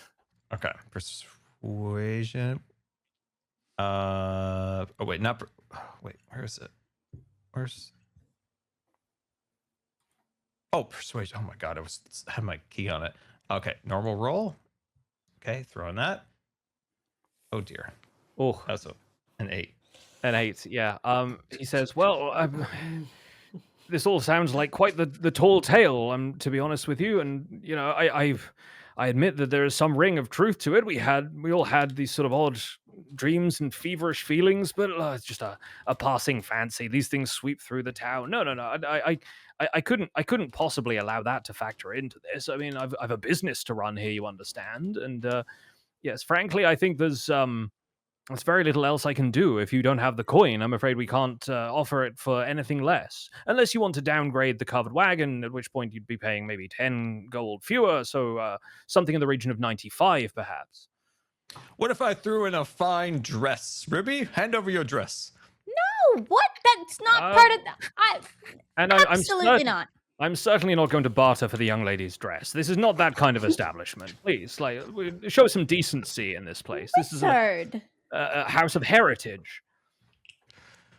Well, oh, jeez. Oh, golly gee. How much money do we have with the pair of us? Oh, golly. Wizard, I am not contributing to this wagon dream. I only have 25 gold. Why did we come here? That'll barely buy you a donkey in these parts, I'm afraid. Although an open cart I could let go for maybe 15 gold, and perhaps you could find somebody to sell. No, I think we have a mule that we can let go for 8 gold, so that would come to 23 total. Wizard. Yes? What if we go follow Max up into the woods and we go get those eggs? Maybe the eggs will sell for gold if they're really big eggs. And then you can afford the wagon. That's a great plan. That's a great plan. I quickly turn just for fun and I poke Pillsbury in the stomach and he goes, hoo-hoo, and then we off. Any more persuasion checks against Pillsbury will now be rolled with disadvantage, and you guys head out of the carriage works. All right, we are going to. Thank you, Pills guy. Well, I shall keep this paperwork on hold in case you return for later. We will. And yeah, you guys make your way out of the carriage. Why'd you poke it? It's a Pillsbury Doughboy thing, and it's such a weird reference to people from the UK who don't get it. So Max, we're gonna head over to Max, because the duck leads you out of town, and you head up through this forest, sort of obediently following this duck as it sort of goes. It's sort of hopping from rock to rock and occasionally kind of fluttering up into the trees. Does a backflip. It might occasionally do a backflip. I'm gonna pause here for a second. Ad soon. Yes. Yeah. I'll get through this bit of description and then we'll resolve what happens next. But yeah, after you've been walking for about maybe 30 minutes or so, you're sort of outside of town. You can distantly see the town wall. You start to see like a couple of little rubbly structures by the side of the path, and there are these statues. Some of which seem to be kind of like pointing in the direction that the duck seems to want you to go. And after maybe 10-15 minutes more walking on this sort of rough forest path, it widens into a clearing where there are actually a few overgrown flagstones sunk into the ground. There are these like weeds and brambles growing up from them, and there are a few standing stones, a few large slabs that look like they've fallen. They're perhaps the pillars of some sort of disused shrine. And a few more of these statues are posed nearby, and a lot of them look kind of quite detailed in their carvings. They have sort of simple clothing, like common folk. And amid this pile of rubble in the center of this glade is a massive tangle of twigs and shrubbery laid in the fashion of an enormous bird's nest. And from where you're standing, you can just about make out the rounded edge of a large blue-gray egg, speckled with spots of brown. And I think we'll run the ad there. All right.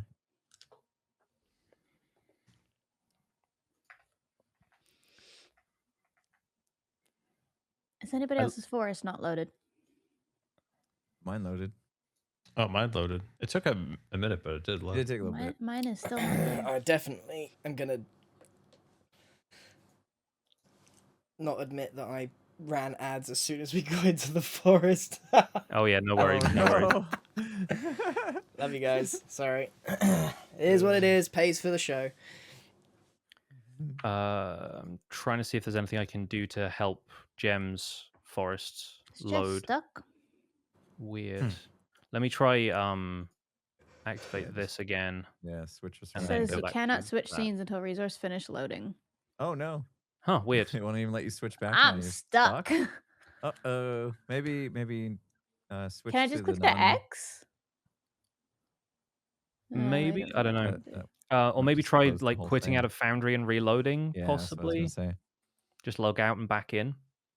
What happened during the ads? We're in a clearing that has some ruins and some statues of people in common folk outfits, and there is a giant nest in the middle with some eggs in it. It's kind of what you can see, to be fair. Pix did describe what is here. I I like got how it so now. far this day I went and like worked out while you guys went shopping. And I chased I mean, a duck. seems perfectly in character, all of this to me. I don't know what the know what the problem is. So if I investigate here, Pix, are you going to tell me the same stuff you've just told me, or what's? You can absolutely roll perception. Okay. Right, has everyone ads done? That's done. Mm-hmm. All right. So I am the duck, sort of like dancing around this place. Like I'm clearly in the right place, and I've picked up on that. So I'm gonna take a good look around and just assess the situation with my perception. Oh yikes! All right, with a 10, you're able to spot the one thing that you hadn't seen about this scene up until now. Maybe because it blended in with the twigs of the nest, but standing over these eggs is something that looks more lizard than bird. It's about half your size, huge for the types of birds Max has seen before. And while its neck and head are feathery, it walks on two bird-like talons. The rest of its body is this ugly reptile hybrid. Like it's almost like reptile bat. Roll me a nature check quickly to see if you recognize what this is. Okay. You might have heard stories about these.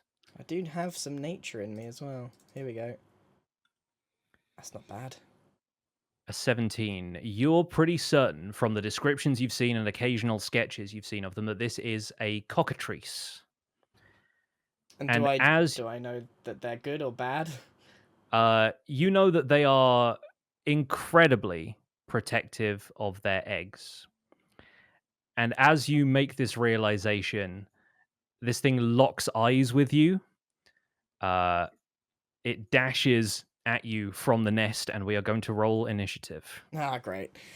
Are you in combat by yourself? He's not the only one this session, so... Where's initiative again? There it is. Normal. Oh, the cockatrice was so close to rolling a natural 20. But you act before it. You see this thing like getting ready to leap at you, but you get to act first. And I'm going to change up the music so that we have something a bit more appropriate as Max decides what to do. Is running an option? Running might be an option. Hold on. How far away am I from town? If I played my bagpipes really loudly, would you can? I will honestly say, if you want to give me a performance check and play your bagpipes to see if you can summon help, yeah, I will absolutely let that Me happen. and Mr. Whisper were on the way. yeah, because Ruby they and were Mr. on the Wizard have way, said they're and gonna be I on the did way. say not yet. So Yes. it's kind of in. It's We're in on our way. Yeah, it's in the because if I can get them to speed up, it might get their arrival in time for the fight, or a couple of turns. What was it? Performance. Performance, yes. And go ahead and blow those bagpipes. Oh, okay. Yeah, okay.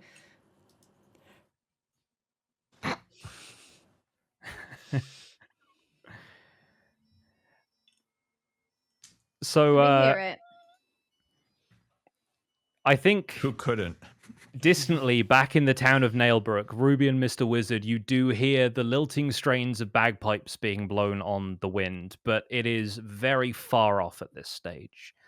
So it's going to take you quite a while to get there, especially since Max was walking for like 30 minutes or so. Wizard, how's your jogging? I'm taking ginormous strides forward. I'm running next to him while he's just walking. I can imagine for a second that Ruby is like jumping from tree to tree, going really fast, like going through, and Mr. Wizard is running full pelt, going.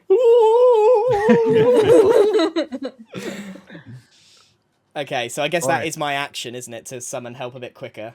Your action has been to play the bagpipes, and what an excellent use of that action.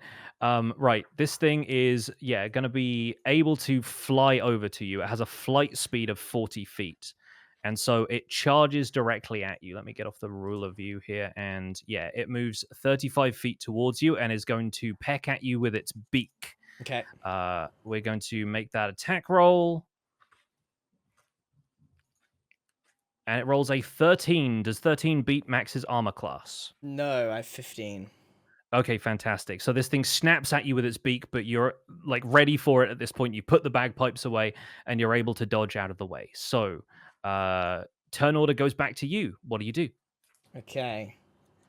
You know, I never really get to use my mace very much in so far, so I think I'm just going to whack it one. Fantastic. Roll for that mace. Right. This thing has this sort of like almost bony carapace to it, but it doesn't look like it's very well armored. A 23 will absolutely hit. So go ahead and roll mace damage. Where was that? Oh, yeah, damage. Normal hit. Mm-hmm. Oh, come on. Oh, well, that's still a 5 because you get +4 because of your strength modifier. So that is not bad. All right, this thing takes 5 damage. You clock it upside the beak. And it immediately comes back snapping for more and is going to take another bite at you. Let's see how it does. All right, and that's a 17. So I believe that hits, correct? That does hit, yeah. Okay, fantastic. It's going to roll damage, and I will need you to make a Constitution saving throw for me, please. As you take 5 points of damage from the bite of this thing, you feel like there is something else going on here. Oh, but that halfling luck kicks in, and you and it rolls 2 1s. What?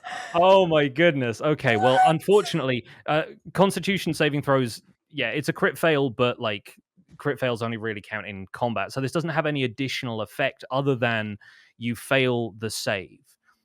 And with the first failure of this, you feel that the bite of this thing has done something to you. And like you start to feel your skin stiffening where it bit you, like something like maybe it bites you on the leg or the arm or something like that. And you feel like your muscles kind of tensing up. This is going to apply the restrained effect to you, which means that you can no longer move. Your speed is reduced to 0, which means you're stuck in place, and your attack rolls are going to have disadvantage. Now, note this is attack rolls. That doesn't necessarily affect your spell casting, but you have disadvantage on dexterity saves, and attack rolls against you will also have advantage. That's not good. It is back to your turn, though. So what does Max do as he feels his skin like start to seize up and stiffen? Right. Have I got anything that helps me out of this problem? I don't have. No backflips. I have cure wounds. If only you asked your friends to come with you. His new friend is a duck. He traded us in for a duck, Wizard.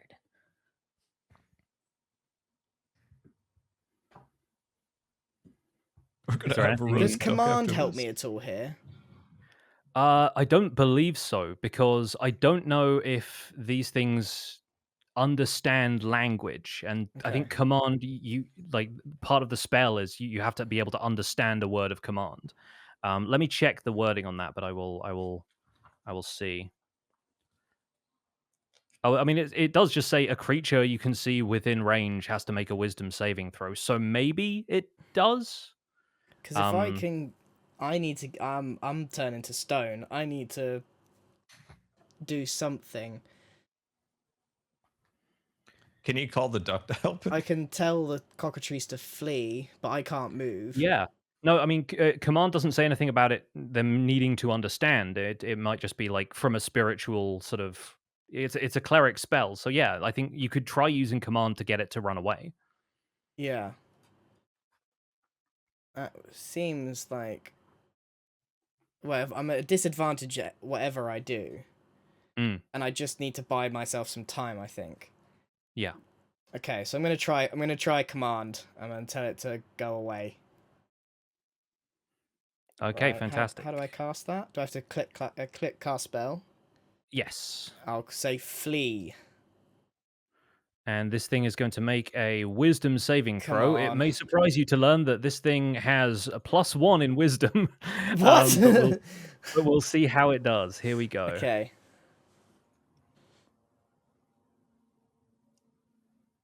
It just about succeeds, matching your 14.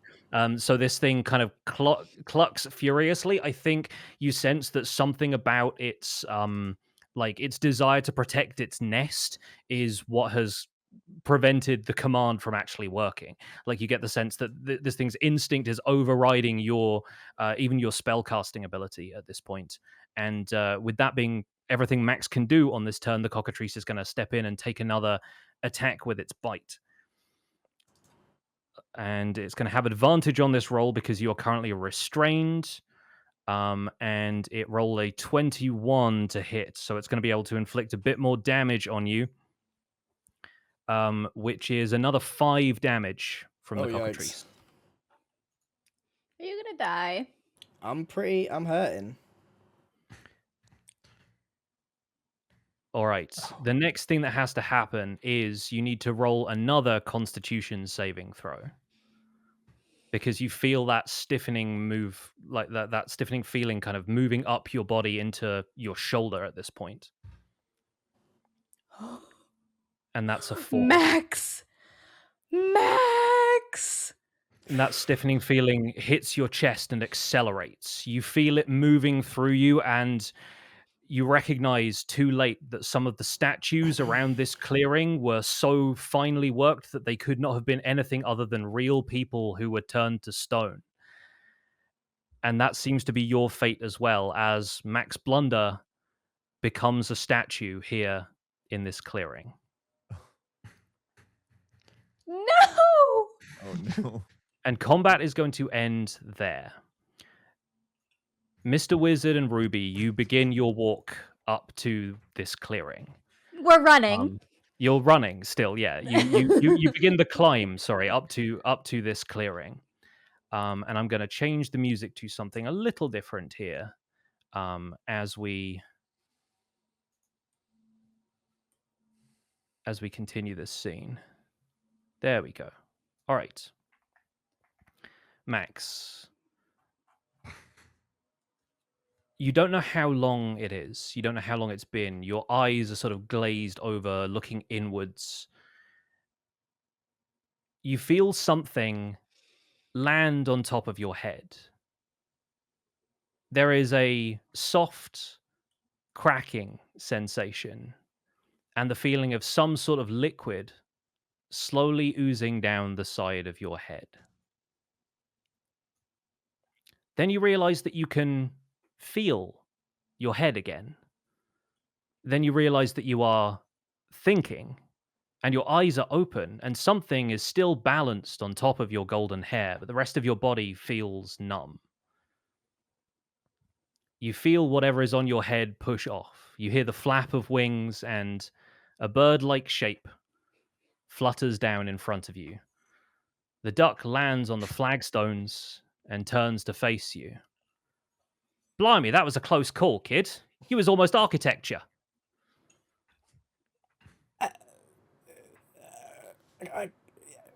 What?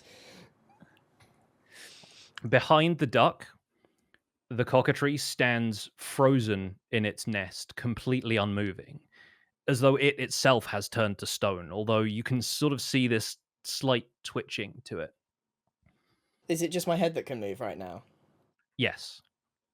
I mean, it like the rest of your body is slowly starting to come to life, but you get this sort of ooze dripping down you, and you start to smell. It sort of smells loosely like an egg.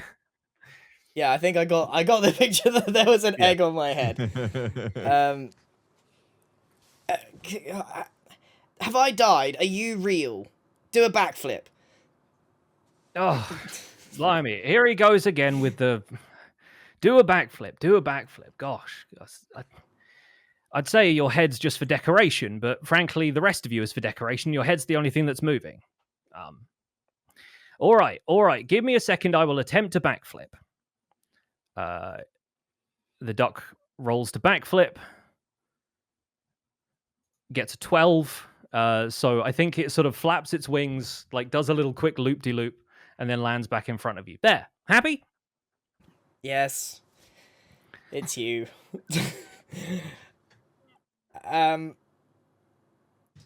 What's going on here? Why can you suddenly talk? You've never talked to me before, not even once. Always quack. I have talked, lad. You just weren't listening.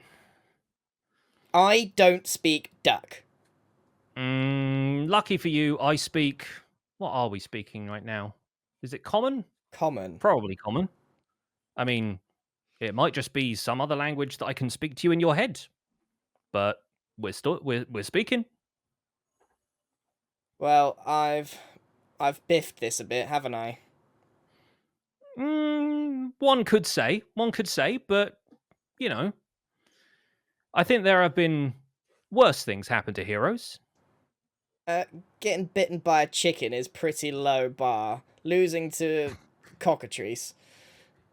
Well, wouldn't say you've entirely lost, have you? I mean, look at that thing.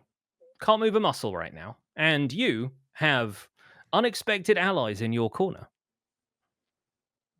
Go on. What's my name, lad? Duck.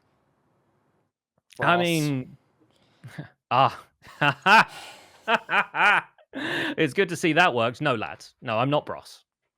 That blockhead wouldn't lift a finger to save you. It's a numbers game, see? Why bother with divine intervention when you've got millions leaving offerings at your altar?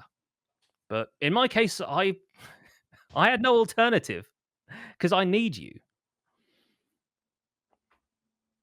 You need me. Yeah. Be honest with me now. Man to man, or man to duck, you've never really been a follower of Bros. All of this stuff, it's pageantry, all of it. You know, the holy symbol on the shields, the amulets, the blah, blah, blah, blah, blah. I could sense the sarcasm, the begrudging way that you adhered to the basic tenets of the faith just to please your high and mighty mentor. All part of the plan. All calculated. My way of siphoning faith from my absurd brother. Blaine. That's it, lads. My name's Blaine. It was Blaine the Lucky, once upon a time. But these days, I'm making my own luck. So Bros has never listened to me.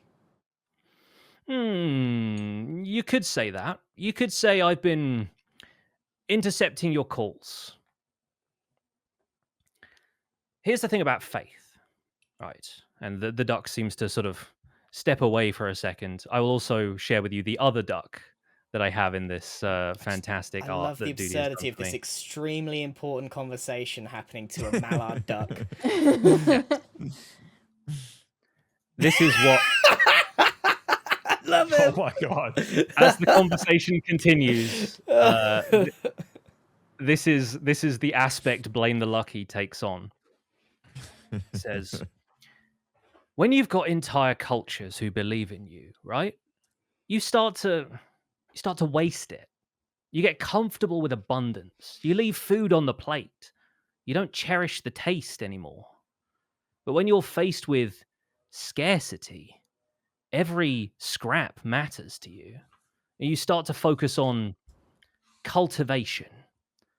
how can I refine this rough stone into something beautiful? Now you've always believed in something else, something a bit less stuffy and traditional, something cutting edge.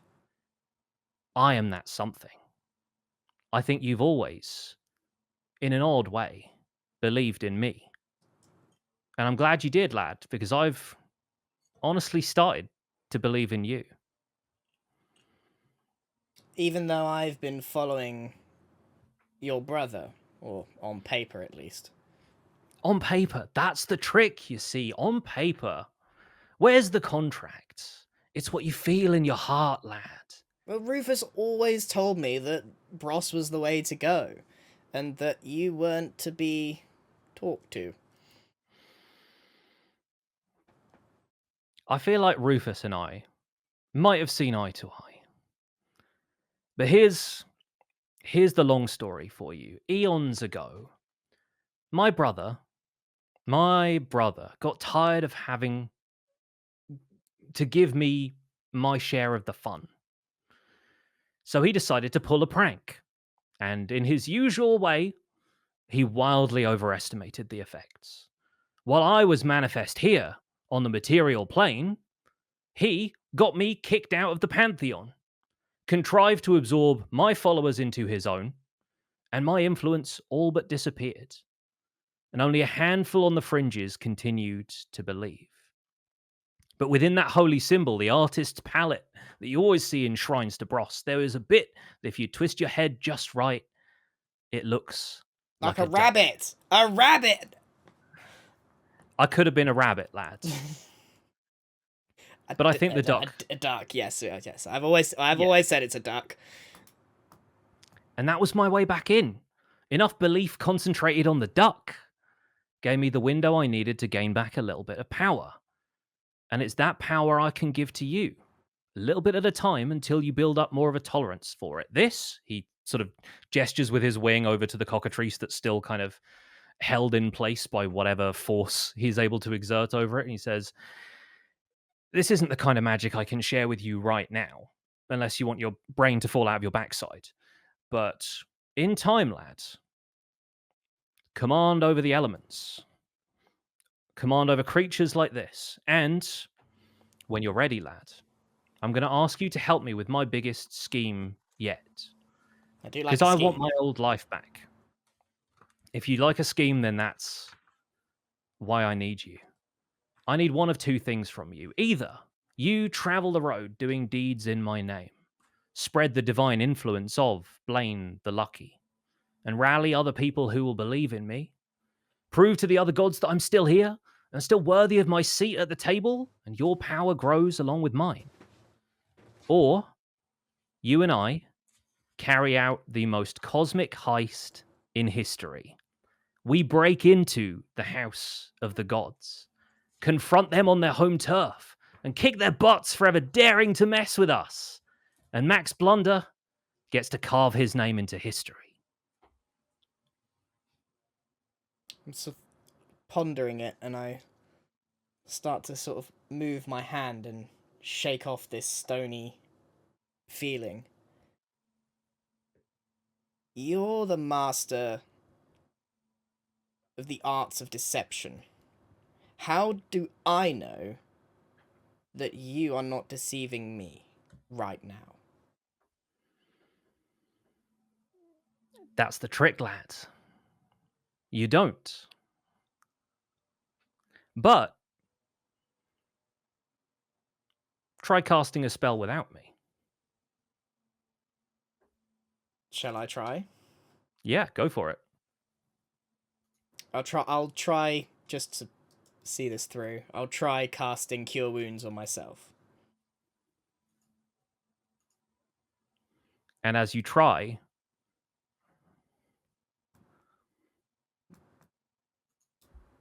nothing happens. The duck has this like concentrating feeling, like he's sort of emanating this aura, and you can tell he's like squinting ever so slightly. So This might be worth me just putting this to bed so I can absolutely go down this path. I'm going to roll for insight? Is that right? Okay. Roll insight. To try and figure this duck out. Yeah. Please give me a decent number. 18. An 18 is pretty good. You're talking to a duck, and that seems like an absurd enough set of circumstances as it is, but the cockatrice that so easily ran at you earlier is now frozen in place on the nest behind you, and you feel this pull towards this duck in the way that you felt it earlier in the shrine when you were trying to reach out to something divine in that space, and something about it just clicks for you. You think this might just work. It's the most absurd possible thing it could be, but you trust this duck, possibly with your life. I look him dead in the eye. And I crack my eye and I salute the duck. And I just say, "Quack." I knew you'd come around, lad. Let's get back in the fight, yeah? And the cockatrice starts to move again. Wait. You and Bros are two sides of the same coin, correct? Yes. So do I need to change my shield? Is this still okay? Is this good? Do I need to draw a rabbit duck on it? We'll work on it, lad. We'll work on it. Right, the duck is going to roll initiative as well. No way is the duck going to fight. Yeah, he is. All right, the duck rolled a 20, but has a -1 for dexterity, so it is a 19. And the cockatrice rolled a 3. Max, roll me initiative, and let's get back in the fight.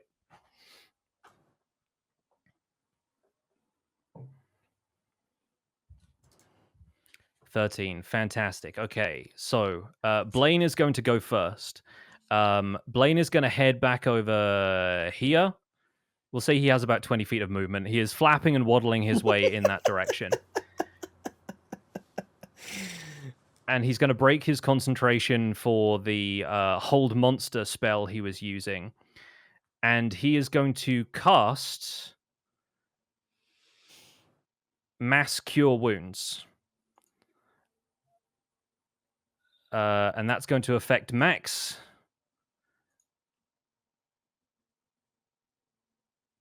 You are healed for 31 points of damage. Oh, jeez. And he says, "Okay, kid, you're up. Show him what you got." With renewed confidence that only Max Blunder could have, I sort of break out of whatever this poison is that the cockatrice had over me and step forward. Oh, what do I do? Do I want to cast something big or do I want to go and mace it in the face? I'm also going to remove that restrained effect since we have resolved that now. Just pure damage. Okay. What's best for me? Doesn't look like much difference. Guiding Bolt does... Help me out here, Pix. What's... Guiding Bolt does 4d6 radiant damage. Yeah. And the next attack roll made against the creature has advantage. So you could Guiding Bolt and then follow up with a mace next round. Yeah. Okay. Sacred Flame is the other one, but that doesn't do as much damage. Yeah, I'm feeling really like invigorated by my new sense of purpose and connection with the gods that I was struggling with for so long. And I'm just gonna aura this guy. All right, fantastic. You can make this attack roll with advantage since the cockatrice is still shaking off the effects of the hold monster. A 24 absolutely hits, so go ahead and roll damage for Guiding Bolts. Damage. Normal. Kaplow.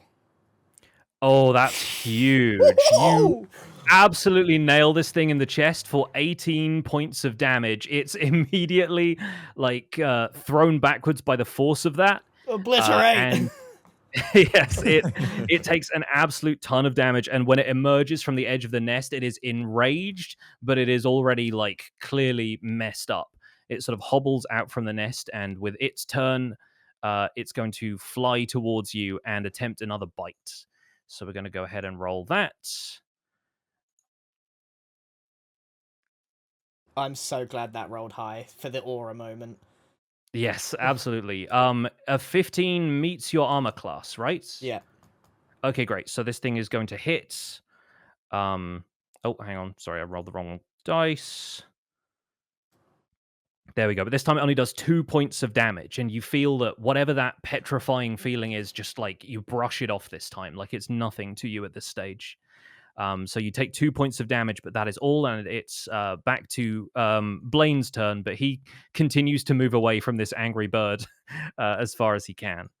So yeah, he's going to be back here and says, "You got this, lads."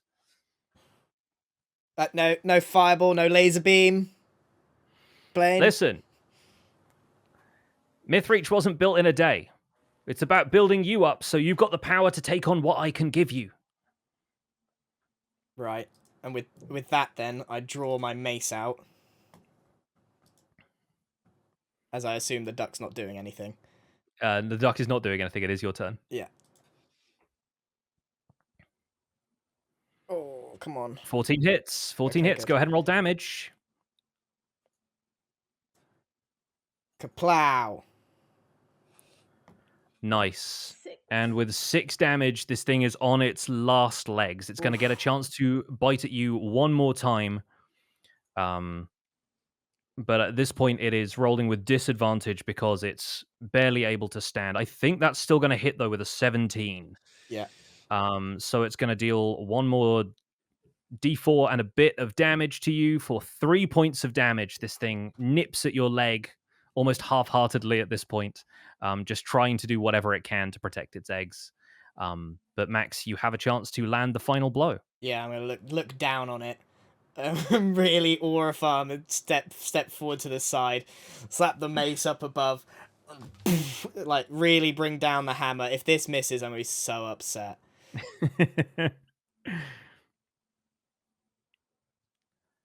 No, with a 17, that definitely connects. Roll that damage and let's see how you end this thing. Boom. All right. With 8 points of damage with that mace attack, the cockatrice crumples to the ground under the force of your mace. And we're out of combat. Whew. I sort of turn to Blaine and go, lucky we didn't panic. I knew you had it in you, lad.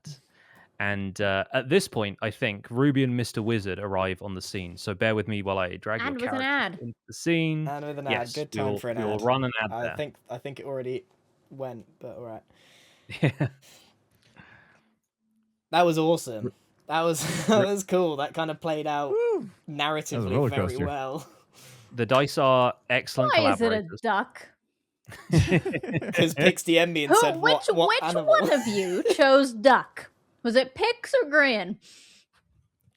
Uh-huh. Now Max isn't a statue anymore, is he? No. I'm out of just. Okay. I was 100% gonna tell Ruby Can we we could sell the statue from understand the the cards. duck? Or Huh? does it sound like Max has just been quacking to us as we approach? I mean, you arrive as he lands the final blow on the cockatrice. So yeah, Max, you see Max just like You just absolutely see- pulverize this like mutated lizard bird bat hybrid in front of you. You just saw me aura farm and just absolutely decapitate this cockatrice. But he looks like he's talking to himself, right? Like we don't know anything about The the duck's duck. gone. Right. Right, I got 20 seconds. Can we get a small recap? I just obliterated a cockatrice after finding my god.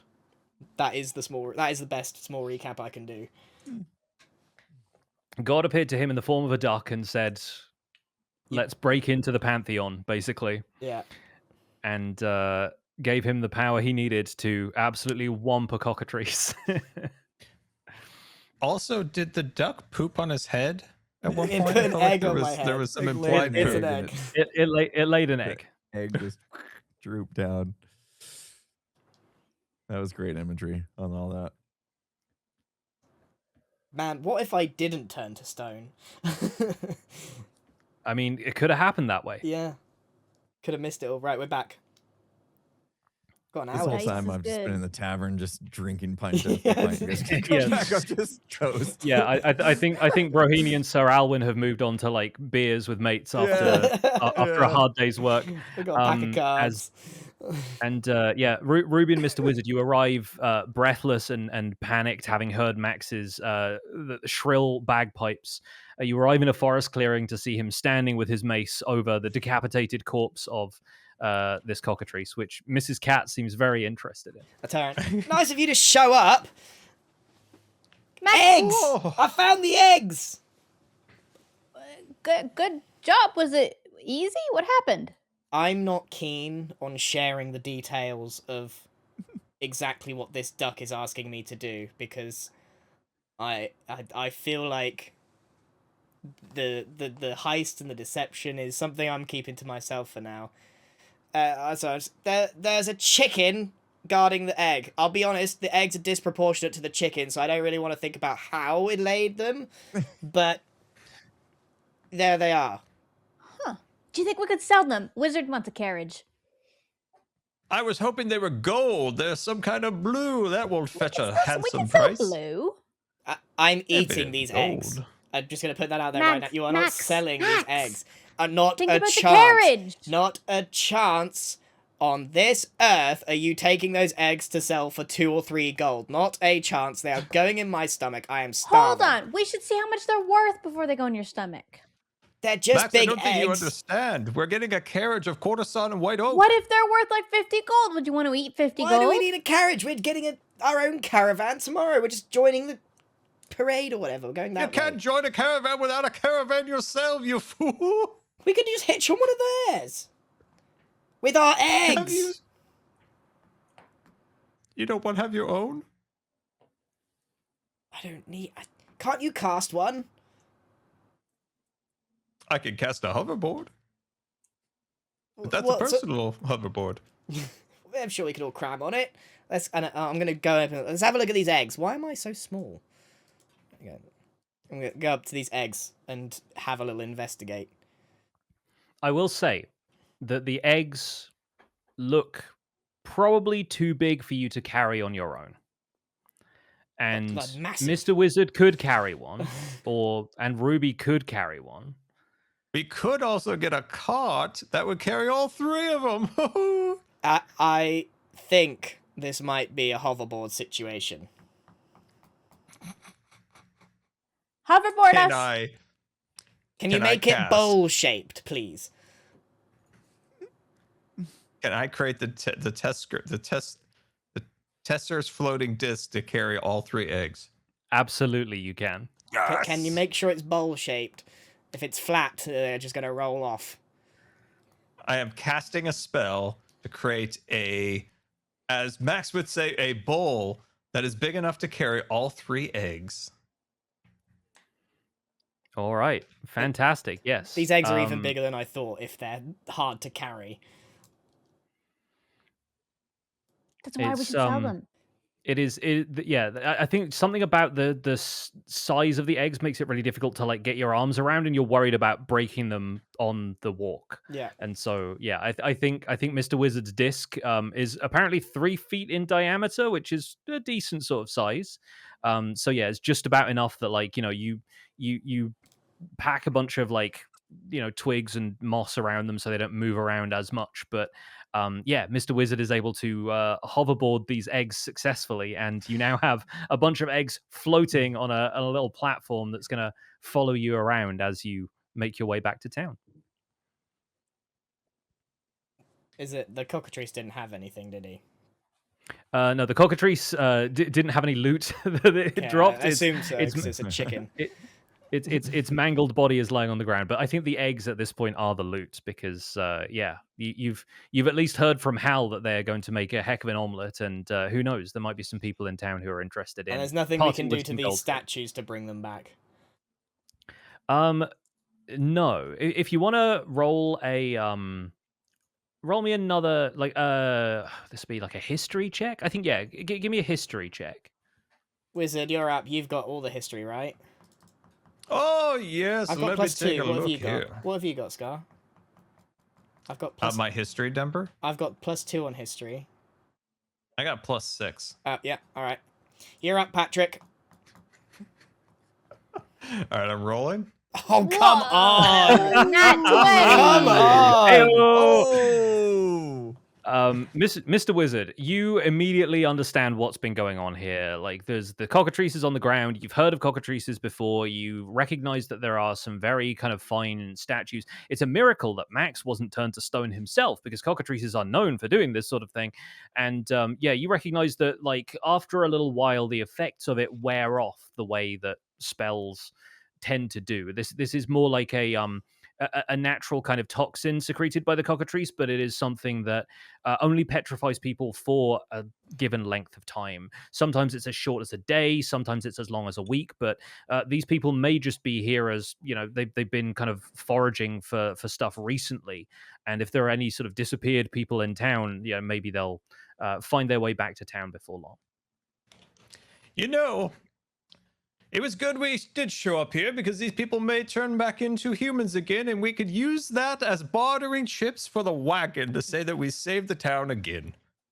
That didn't work the first time you did it. I don't know why it would work the second time. So Pillsbury and I have a special connection now that I poked him in the stomach. Travis, are you saying that these statues are just going to turn back to normal? He's saying that Yes, people... yes. Well, give them time, and they'll start turning themselves back. You were bitten by the cockatrice, correct? Max, how did you avoid being a statue? Yeah, that's a good question. You should be a statue, young lad. That's a miracle. I look Ruby dead in the eye and do a backflip.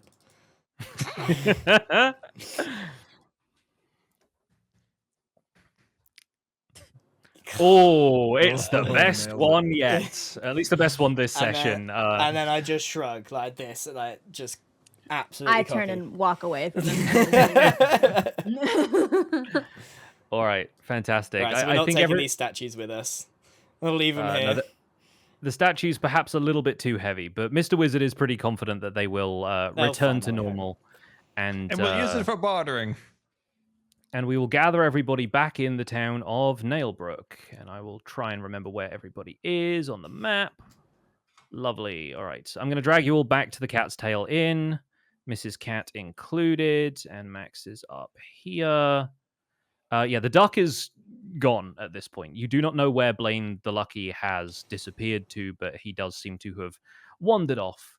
And is, yeah, you hear the occasional sort of faint quack as you make your way back down from the hills above Nailbrook to the town.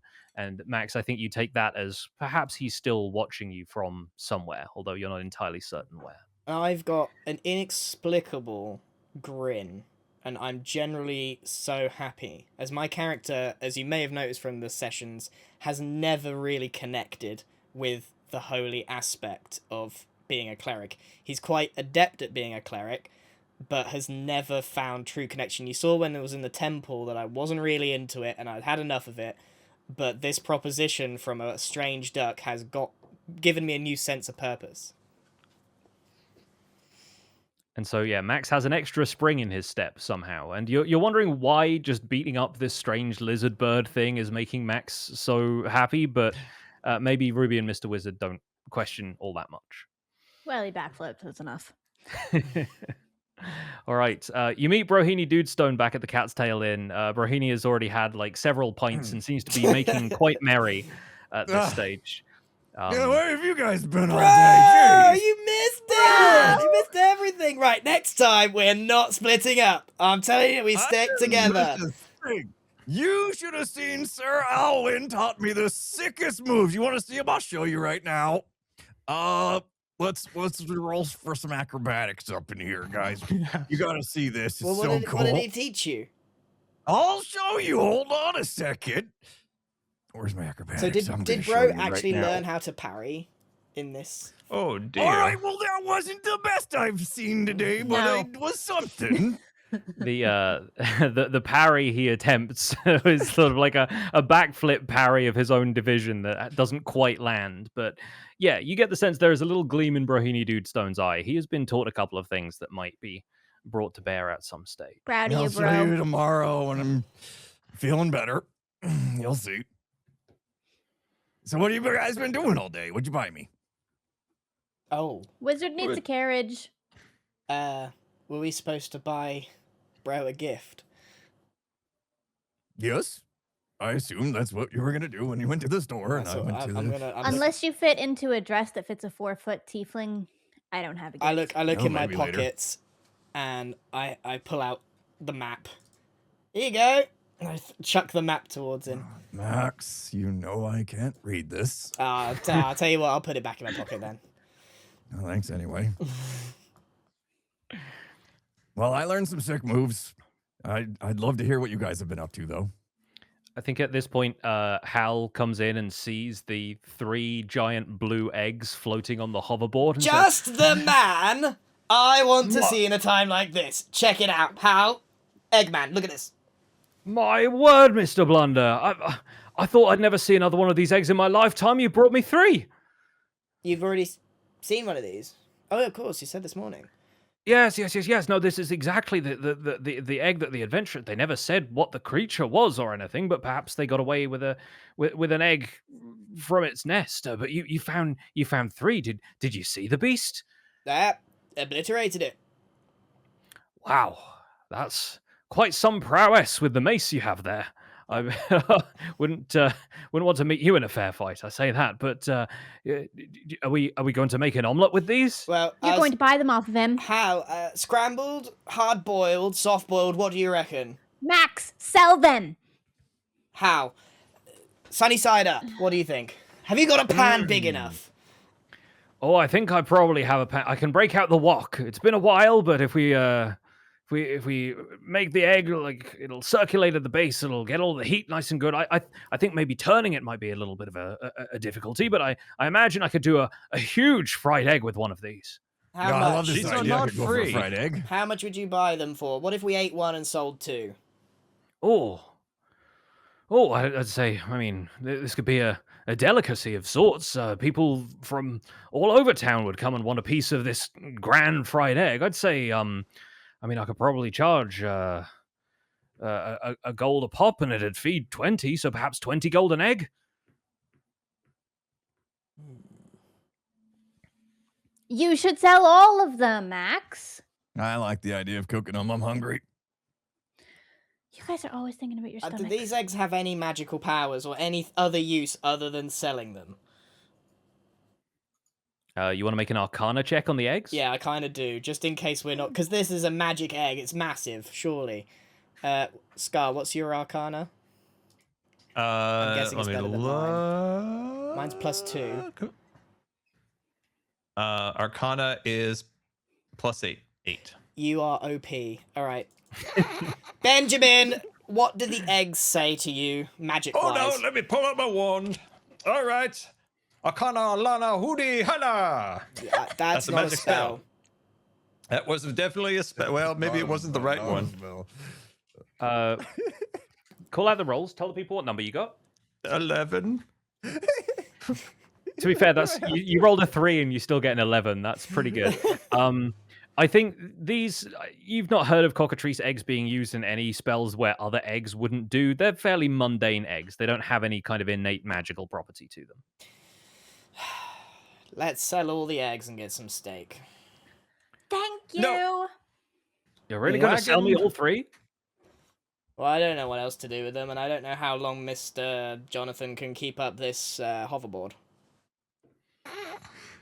I leave for 2 seconds and you get the hoverboard out? What the heck? He can It make it a takes bowl. walking distance. Bro, he can make a Broken stand on it. bowl. It's starting to kind of flicker a little bit at the edges, and so you sort of take the eggs off and put them on a table quickly. And Hal goes behind the bar and starts counting out 60 gold pieces. Is there? And I sort of say to the group, is there any world we don't want to hatch one? Can we have a pet cockatrice? We already have a cat, and I feel like that's more than we can handle. And we got a duck wandering around. Whatever happened to the duck? Ugh, It turns does out this it hideous beast turn- need to be so close to me? turns out it was just a duck. Just really wanted me to go that way. Peculiar, peculiar, peculiar. I don't believe you. Wizzy, take your Take your cat. Was it called? Get it away from me. I think I'm allergic. Oh, I'm so sorry, Mr. Bro. Why don't you stand on the hoverboard for a minute and just have a little fun? Oh, that sounds great. Thank you. I'll do that. Broghini Stone does some kick flips on the hoverboard around the bar. Right. I have in my inventory the cracked fire opal, and You do. it does say it was once worth 1,000 gold, and it now renders the much less useful. Is this? I didn't get an opportunity to sell this, so I might ask how much it's worth, or do you think I should keep it, squad? Go to the jeweler. Do you think it's just a sell thing or something to keep? Well, we need a carriage. We do need a carriage. All right. With that, we could get an upgraded carriage. How? Yes, Mr. Blunder. So- Here's your 60 gold pieces if you're happy for me to take these eggs off your hands. Are you cooking any tonight? Oh, I expect so, yeah. We'll have a sort of a grand opening. Limited time offer. Give us 59 and just give us a small plate. Oh, right you are, Mr. Blunder. 59 it is. And he takes 1 gold piece out and hands you the bag. So add 59 gold to your inventory. And I take the fire opal and I just sort of hold it like this. You know, you for a bartender, you seem to know everything about everything. Do you know if this is worth selling? Oh, I don't know. Gem sort of seems to have lost its luster, really. But perhaps the jeweler in town might be able to make something of it. Right, okay. Well, thank you. Hold on, I need to add gold to my thingy. What was it 59? 59, yeah. 64. All right, got a bit more gold now.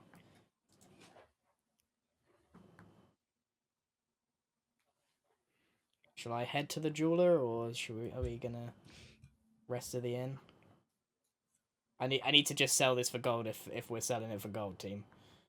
Yeah, go. Let's go to the jeweler. Yeah, we can sort of hand wave that discussion a little bit. We'll say you head over to the jeweler. Yeah. The jeweler sort of regards this cracked opal and says, maybe there's like a little bit of it that could be saved, like a little bit that still has its luster, and she'll take it off your hands for 25 gold. 25?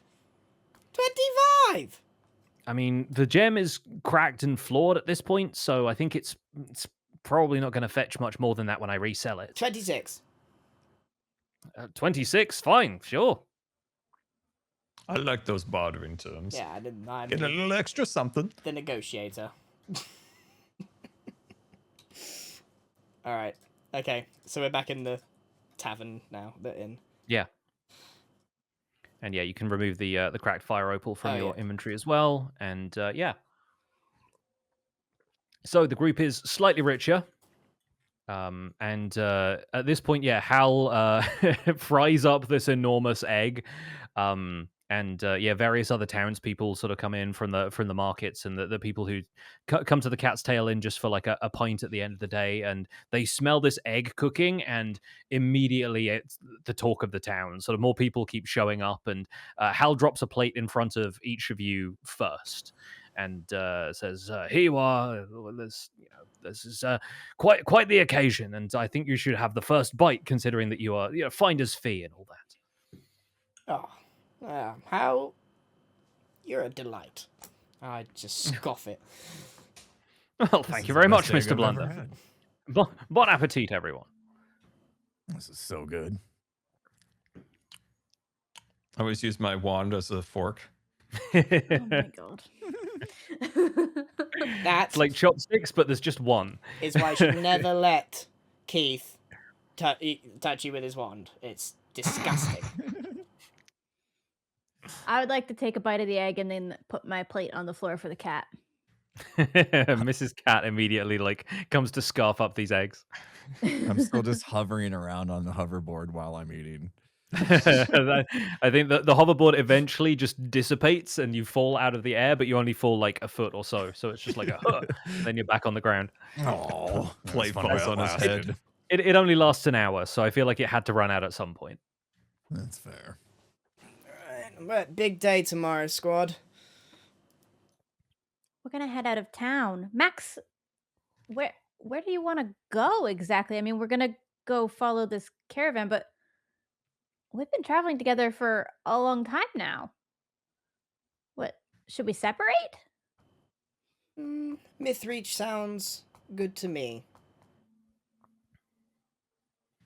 Okay. I'm in. Adventure awaits. I know a good chap in Mythreach. Ted, his name was. I'm off to bed. Ted. I really hope we get in a fight tomorrow. I want to show you my new moves. Ted. All right. Yes, Ted Todd. He lives on 16th Willow Lane. I'm going up the stairs. Yeah, Everyone- What a this day. time. Everyone sort of retires to bed, and the following day dawns. Everyone's had a good night's sleep. The eggs are sitting well in the belly, and everyone just has a sound night's sleep. Mrs. Cat wakes up Mr. Wizard by kneading on his face a little bit, just kind of like paws immediately in the beard.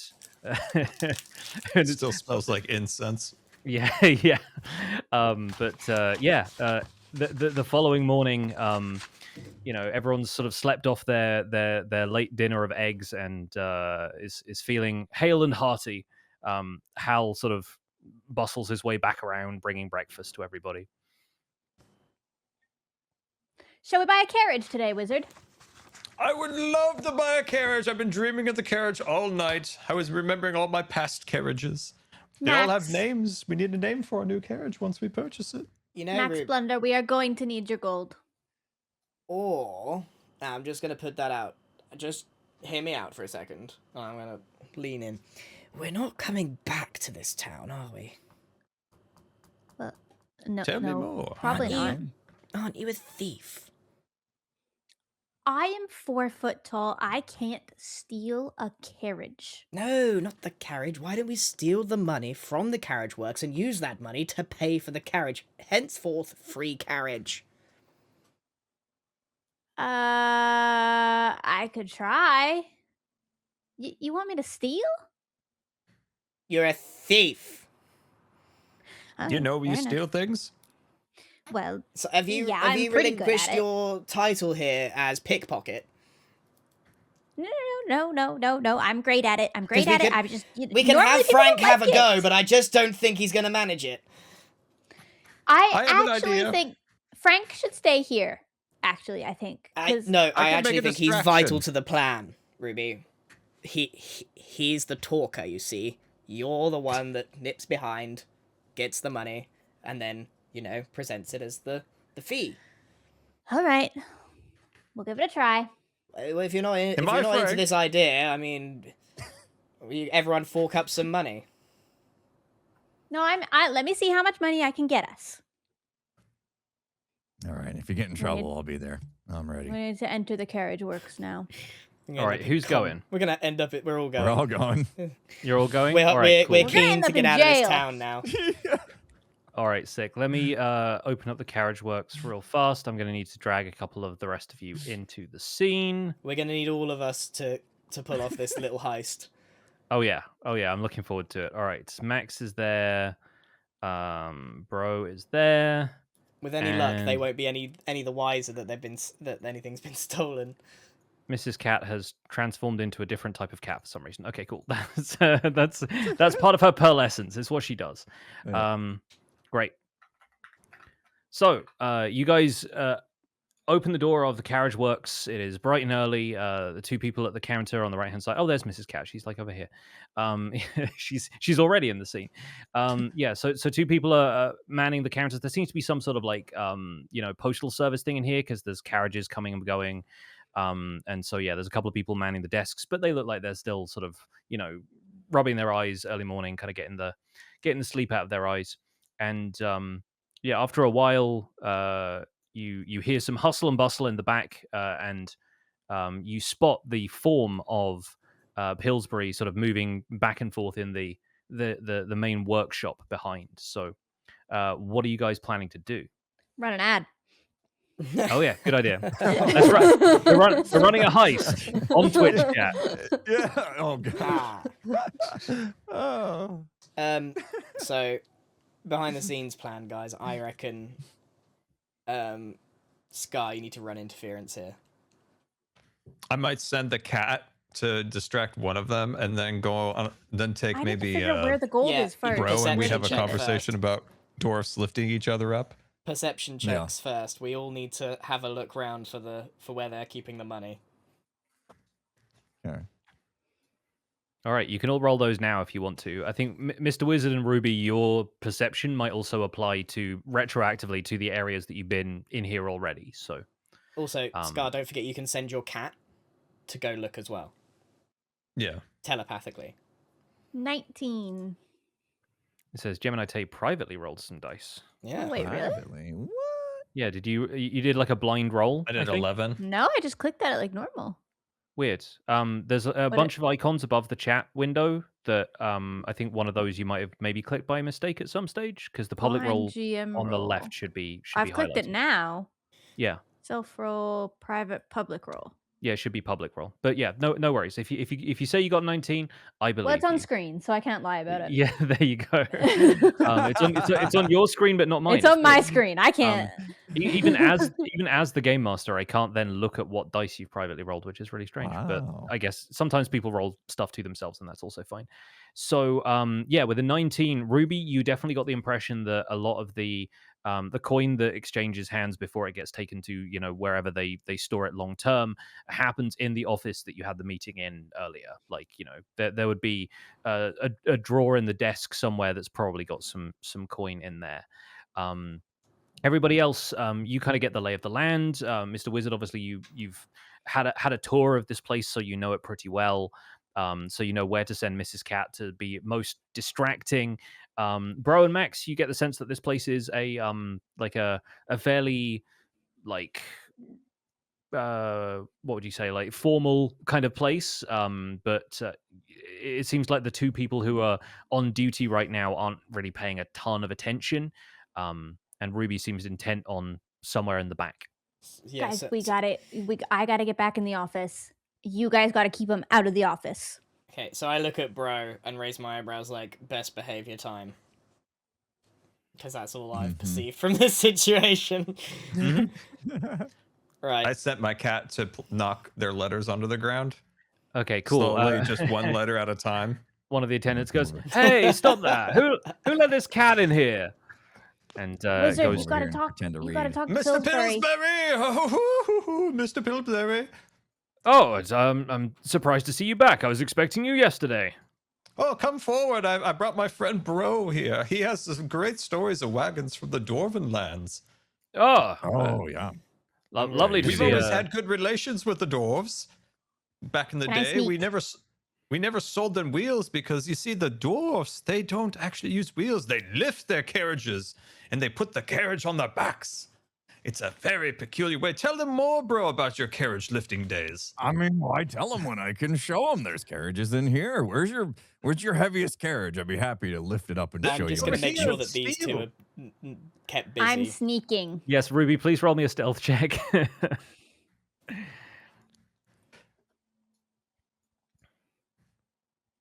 Okay. That's okay. Oh, that 8 plus 8, 16. I mean, a 16 does it. I think a 16 is pretty good. A lot of the other people who are back here in the carriage works who are not represented by tokens are just kind of getting on about their business in the early part of the day. And so, yeah, are you actually trying to like sneak in stealthily, or are you sort of walking in with confidence and just like acting like you own the I place? am sneaking into the office. Okay, Against cool. the wall, like trying to get in without anybody seeing me in there. Nice. Yeah. No, I think with the 16, you Mission Impossible your way into the office. Yeah. Okay. While Where is the gold in here? that is probably going to be an investigation check now because you had a good impression of it, but I think you need to actually spend a bit of time finding it. Get in. I rolled a 20. That'll do it. That'll do it. You go straight to the bottom right desk drawer and you immediately find like a bag of cash in there. You would guess that it's about enough to cover like a decent like covered wagon. It's like the 55 gold that he said the deluxe model was worth. That's about all that you can grab from there, but like you see that the weight of the bag kind of feels like that's about 55 gold. All right.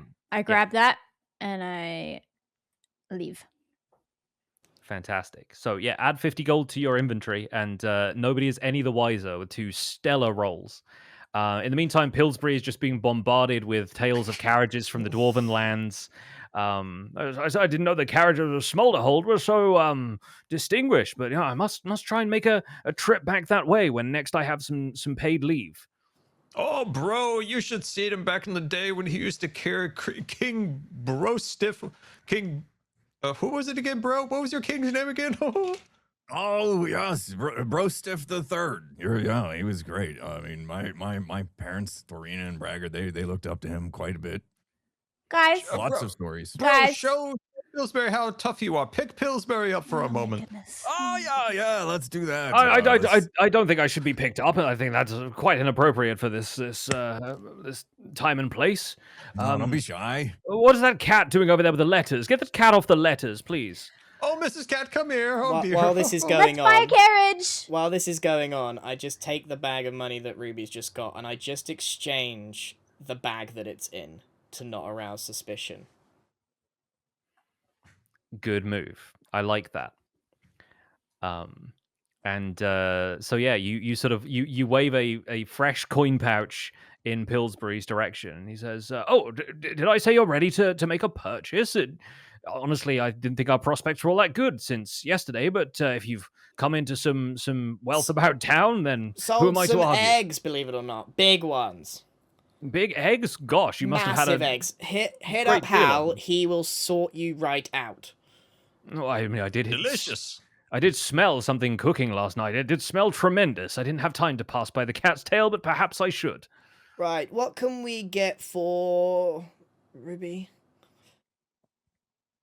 Oh, we could buy the deluxe one. Ah. Oh, you're in the market for the wow. deluxe covered wagon. The Yes, best, that'll be the a best of the Yes. best. And the Only the cat best. scratching post. The best, Yes. the best. Oh, and I'm sure, like I said, we can find something for the cat to scratch on as long as it is not the letters that the delivery folks need to take care of. No. This is And a cup yeah. holder for bro. He needs a place for his Wizard. ale. Woo-hoo. Thank you. This Oh, is the more cup holders. easy, The thanks. cup holders come as standard. Don't worry. Great. Right, Oh, I let's... got one more request. I'm sorry, Oh. sorry, but if we could have a small diving board on the back for Max for his backflips would be wonderful. Just a Well- small squishy board, maybe something made out of I beech, want to just a leave little bit this of a pliable wood. morning. Derek, I want to leave this morning. Yes, we'd better make this Yes, deal Derek, soon if you whoever want you to. are, when you're leaving. The if you- convoy will you be want- leaving shortly. We don't have time, and I don't need one. Yes, in fact, some of them have come to pick up their carriages first thing, so you're perhaps the last ones out the door. But we do still have a deluxe model. I'm sure we can work this out. Just step into my office, and yeah, you guys. I don't know what- where the office is. I could possibly remember. Ruby would never remember. Shut up. with Mr. Wizard almost giving the game away, everybody moves into Pillsbury's office, and yeah, you complete the deal. So he brings out the paperwork that he had yesterday, and who am I putting down as the owner of this carriage? Is that you, Wizard? And Oh, sure. Put me down. Mr. Wizard, of course. Mr. Wizard from Windendale. now I assume you need a full name here, Pillsbury. Yeah. Needs to be official. Put me down as Pillsbury Wizard. That is not your name. That's his name. That's First Name? and last name. Well, this is not the time to hold think back. Put me down as Miss Finnison Wizard. Finnison Wizard. Mhm. Finnison Wizard. If Wizard is your last name, or we need to just put the title and the surname will do. So Mr. Wizard it is, and yeah. So you hand over 55 gold. Are you also going to buy a horse? How much is a horse? He said a draft horse is an additional 50 gold, while a donkey or a mule would be 8. But a donkey I or a have mule paid for the carriage. can only do so You must much, whereas decide. Don't a look horse- at me. I'm not pulling this thing. Not a big a horse you could potentially ride around. No, carry everyone, more stuff come for on, you. cough up together. No, Everyone, how Blaine. much we got? I have a bartering idea here. I have a book, you see, Mr. Pillsbury. A How book. much gold, Antonio? This book is worth 25 gold, I'll tell you what. Inside of it's many plans for different types of wheels. Is this actually something you have, or are you making it up as you go? I have a book I found in my inventory. And it Oh. has sketches of wheels. Does it really? Oh, I think the book is meant to represent your spell book. Oh. Don't give that away. I'll keep that on. I'll keep that. Right, Wheels, you say? It's just full of like arcane writing and like diagrams of how to right. cast spells. If you will give me 10. No. Okay. If Mrs. Cat also gives you 10 gold. Yeah. I guess Ruby's fronting 55. I gave of up the this. entire 55. Yeah. So For the carriage, but we want to get a Mr. horse. Wizard, how much have you got? I have 25 gold. Okay, and Bro, how much you got? I got 68. Okay. So if Bro and maybe me and Bro will front this one then. I'll do 30. Yeah, I'd rather you give do up gold 20. than carry it myself. All right. I'll get the horse if Bro will spot me 20. You got it. All right. So I'll front 30, so I'm down to 60. Should we buy a donkey for fun? Just as a... No, wizard. Okay. What do you want to do with this donkey? You know, I've heard donkeys have jokes. Stop entertaining him. We'll take a donkey too, Pillsbury. Oh, wonderful! 52. be another Donkey 8 just walks behind the cart. Another he 8 doesn't gold. actually Right, push. yeah, I've taken So you're- 38 from my stash. Yes. And Your make total- me throw that diving board in for Mr. Blunder. Oh, of course, it'll come as part of the various trimmings.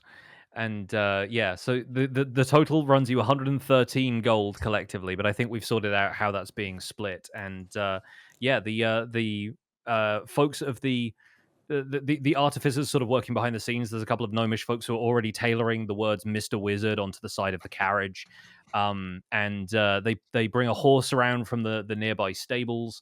And pretty soon, a wagon is waiting out the front of the carriage works for you with a draft horse attached. The draft horse, feel free to give it a name as well, because you have effectively a new party member, and a donkey also needs a name, if I Okay. understand correctly. Ruby, come up with a name for the horse, or otherwise it's going Can to we be name Mr. it Horse. Gus? Sure, love it. Gus. Gus the horse, fantastic. Gus. Awesome. Gus. I will take a note. And who's naming the donkey? I'm gonna call him Kong. Kong. God, we're good Fantastic. at naming things. Yeah. So Kong just carries random stuff on its back behind behind it. He's called yeah, Kong. he's just an additional pack beast. None of And, you picked up why.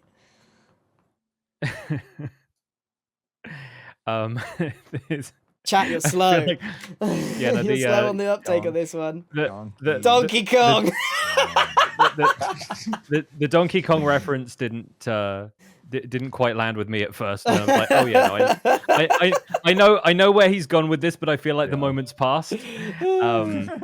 Incredible stuff. So yeah, you guys, we'll sort of hand wave this bit because I don't have like the graphic of the cart ready to go. But yeah, you guys put together this cart, and before long, you are ready to join the caravan that is leaving the town of Nailbrook. So you bid Nailbrook one last farewell, and as you set off with the caravan, there are a bunch of other merchants and people who are traveling. There are various other people that you've met so far at Nailbrook. The musician from the inn is also headed in the direction of Mythreach for the tournament, and so she heads off with you. Broghini, you find that Sir Alwyn Faraday, true to his word, is also joining you for the caravan, taking the northern pass over to Mythreach and aiming to participate in this summer tournament that you've maybe heard about. And I think as far as like journeying goes, we could do a bunch of other stuff, but I think since we're drawing to a close with our session here, I want to speed us along to where you guys end up. Because if we we'll find some fun music to play in the background here. There we go. We'll do that. The road is long, and your progress through the northern pass is sort of slow going. There we go. Let's bring that up.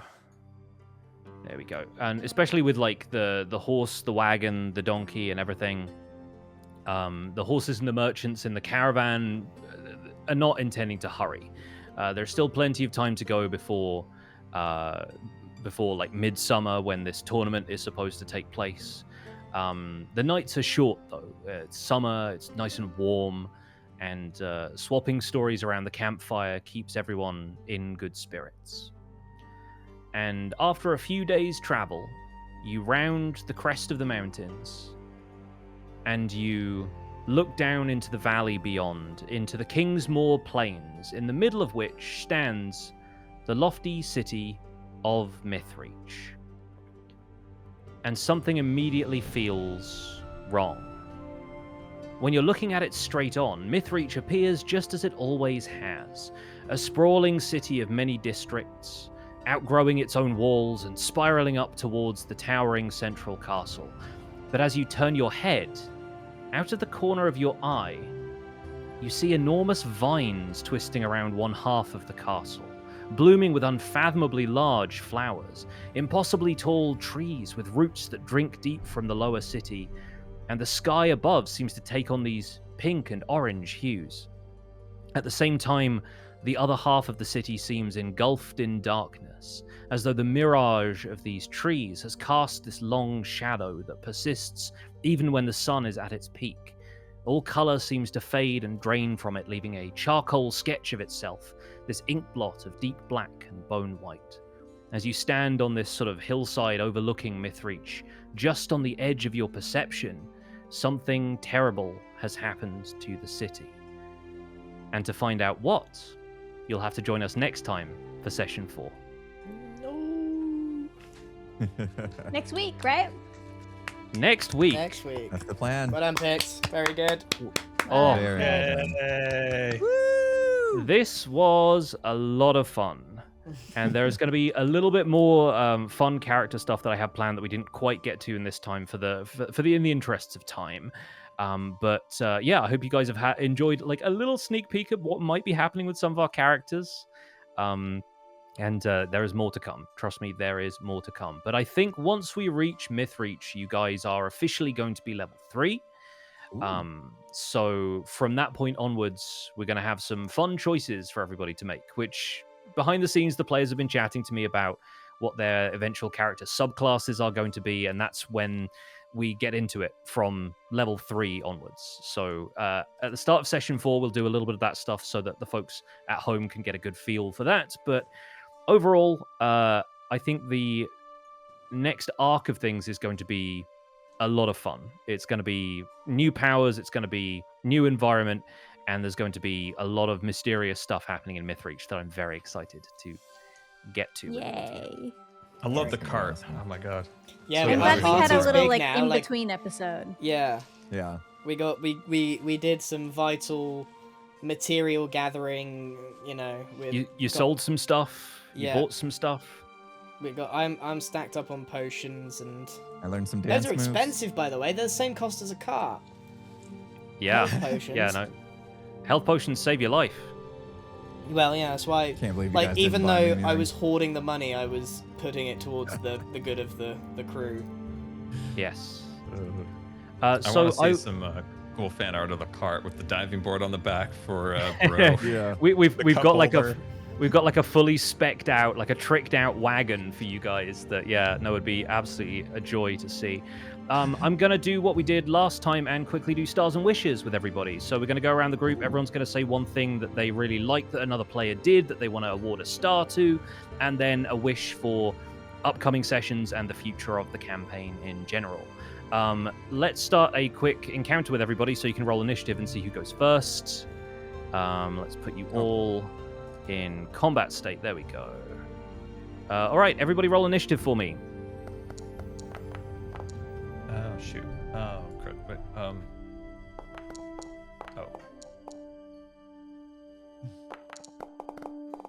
I like that our the party is. We got what, 3 animals now? Yeah, you're picking up a lot of bonus things. Just a donkey for no reason as well. Right, who's It's me and rolled? me and Scar Like, first. Scar, you can go yes. first. yeah. Yeah, I think There's something I remember that I liked. I'm trying to remember what it is. You go. What was it? It was the You go first. I'm Okay. blanking on what I was thinking. I loved the dice in my encounter. Like I was getting it handed to me by this cockatrice quite naturally. Like it was hitting me and I was not doing a lot to it. And then after my encounter and discovering which god had been looking out for me, I then like auraed that thing into oblivion. Like the idea of bursting out of the stone and casting what was it? Magic Guiding bolt. Guiding bolt at a whopping 18 damage was like Goku. Do you know what I mean? It was it was just a really, really epic series of events that you couldn't make that happen the way it did. Yeah, and to clarify, no strings can be pulled behind the scenes to affect player dice rolls from my perspective. Like that was all just the dice being incredible collaborators. So shout out to the dice. That was good.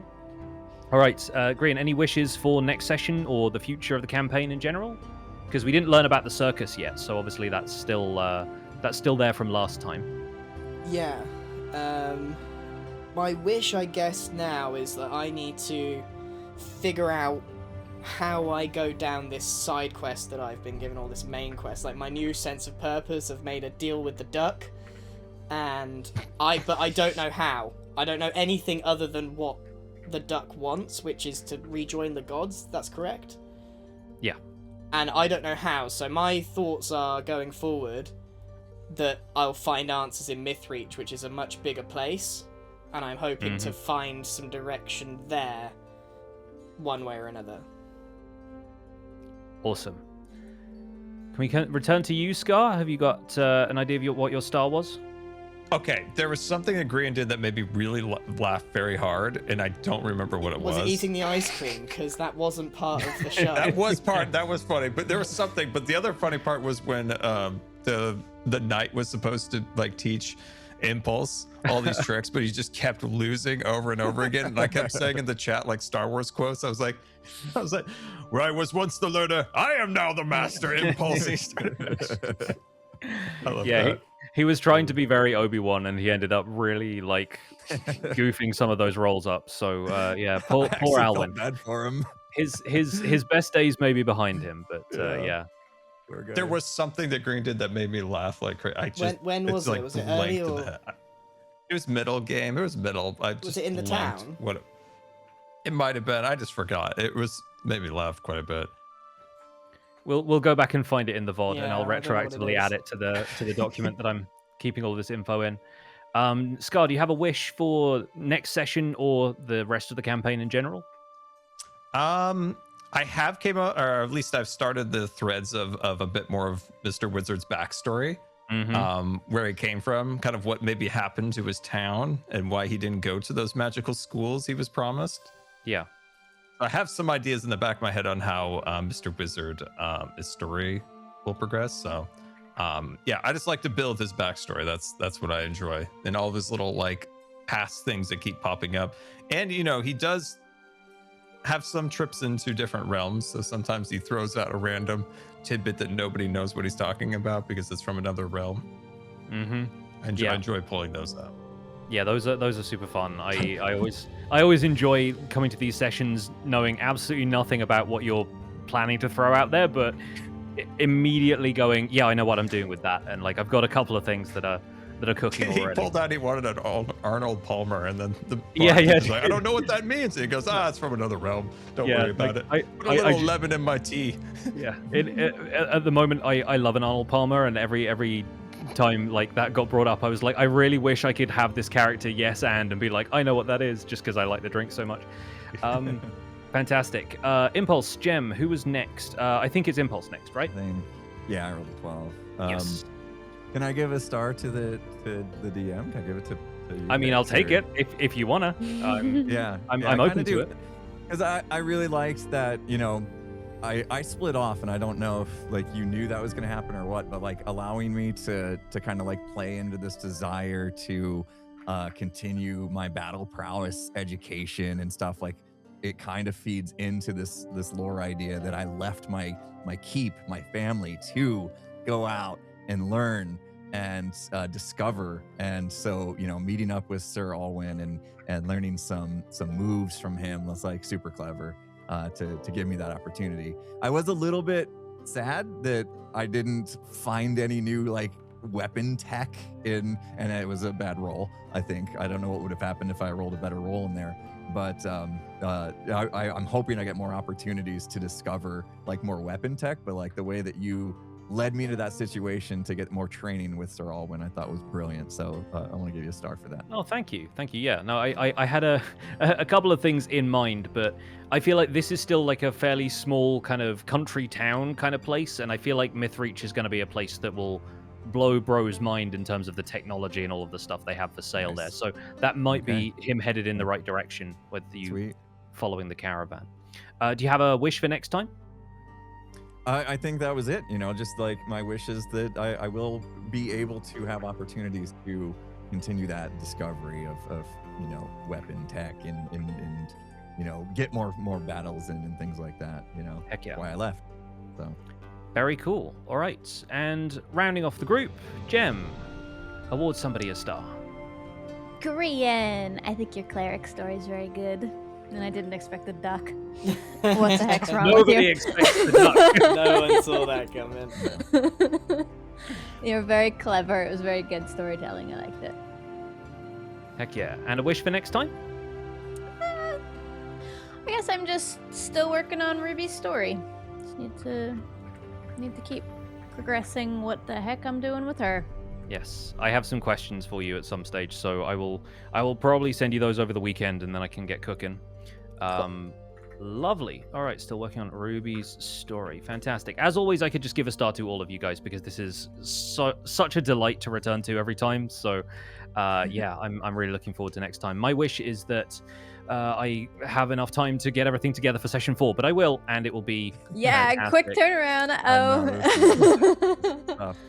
So, what date is that? Anything, that's probably going to be. We're looking at the 26th. Yeah, is that the but Thursday? we should But we gently need to place that start- there and not. Yes, we're penciled in right now. I'm not going to make any announcements on Twitter that I then have to retract Not in and say like, stone. not yet, not Not yet. in We literally wait for Pix to send something out, and then we're like, well, actually, Yeah, we need to change I have that. something I need to do, and I'm like, yeah. No, The I have. calendars are looking a little full. Yeah, I have a really busy week, and I know you guys have like We all charity have stuff coming up and all kinds of crazy stuff. busy schedules, but Yes, we'll so try. stay tuned. Don't touch that dial. We'll be back sooner than you think, hopefully. In the meantime, thank you once again to the players for playing. Thank you to all of you at home for watching. And yeah, GIGGS DnD will return. Da-dum. Thanks, Pix. See you all soon. That was awesome. Thanks, Bix. I'll see you guys. I'll send us out. Oh no, Oh my God. not in the bagpipe. Oh. Farewell, friends. See you all soon. Quack. I hate it. Quack.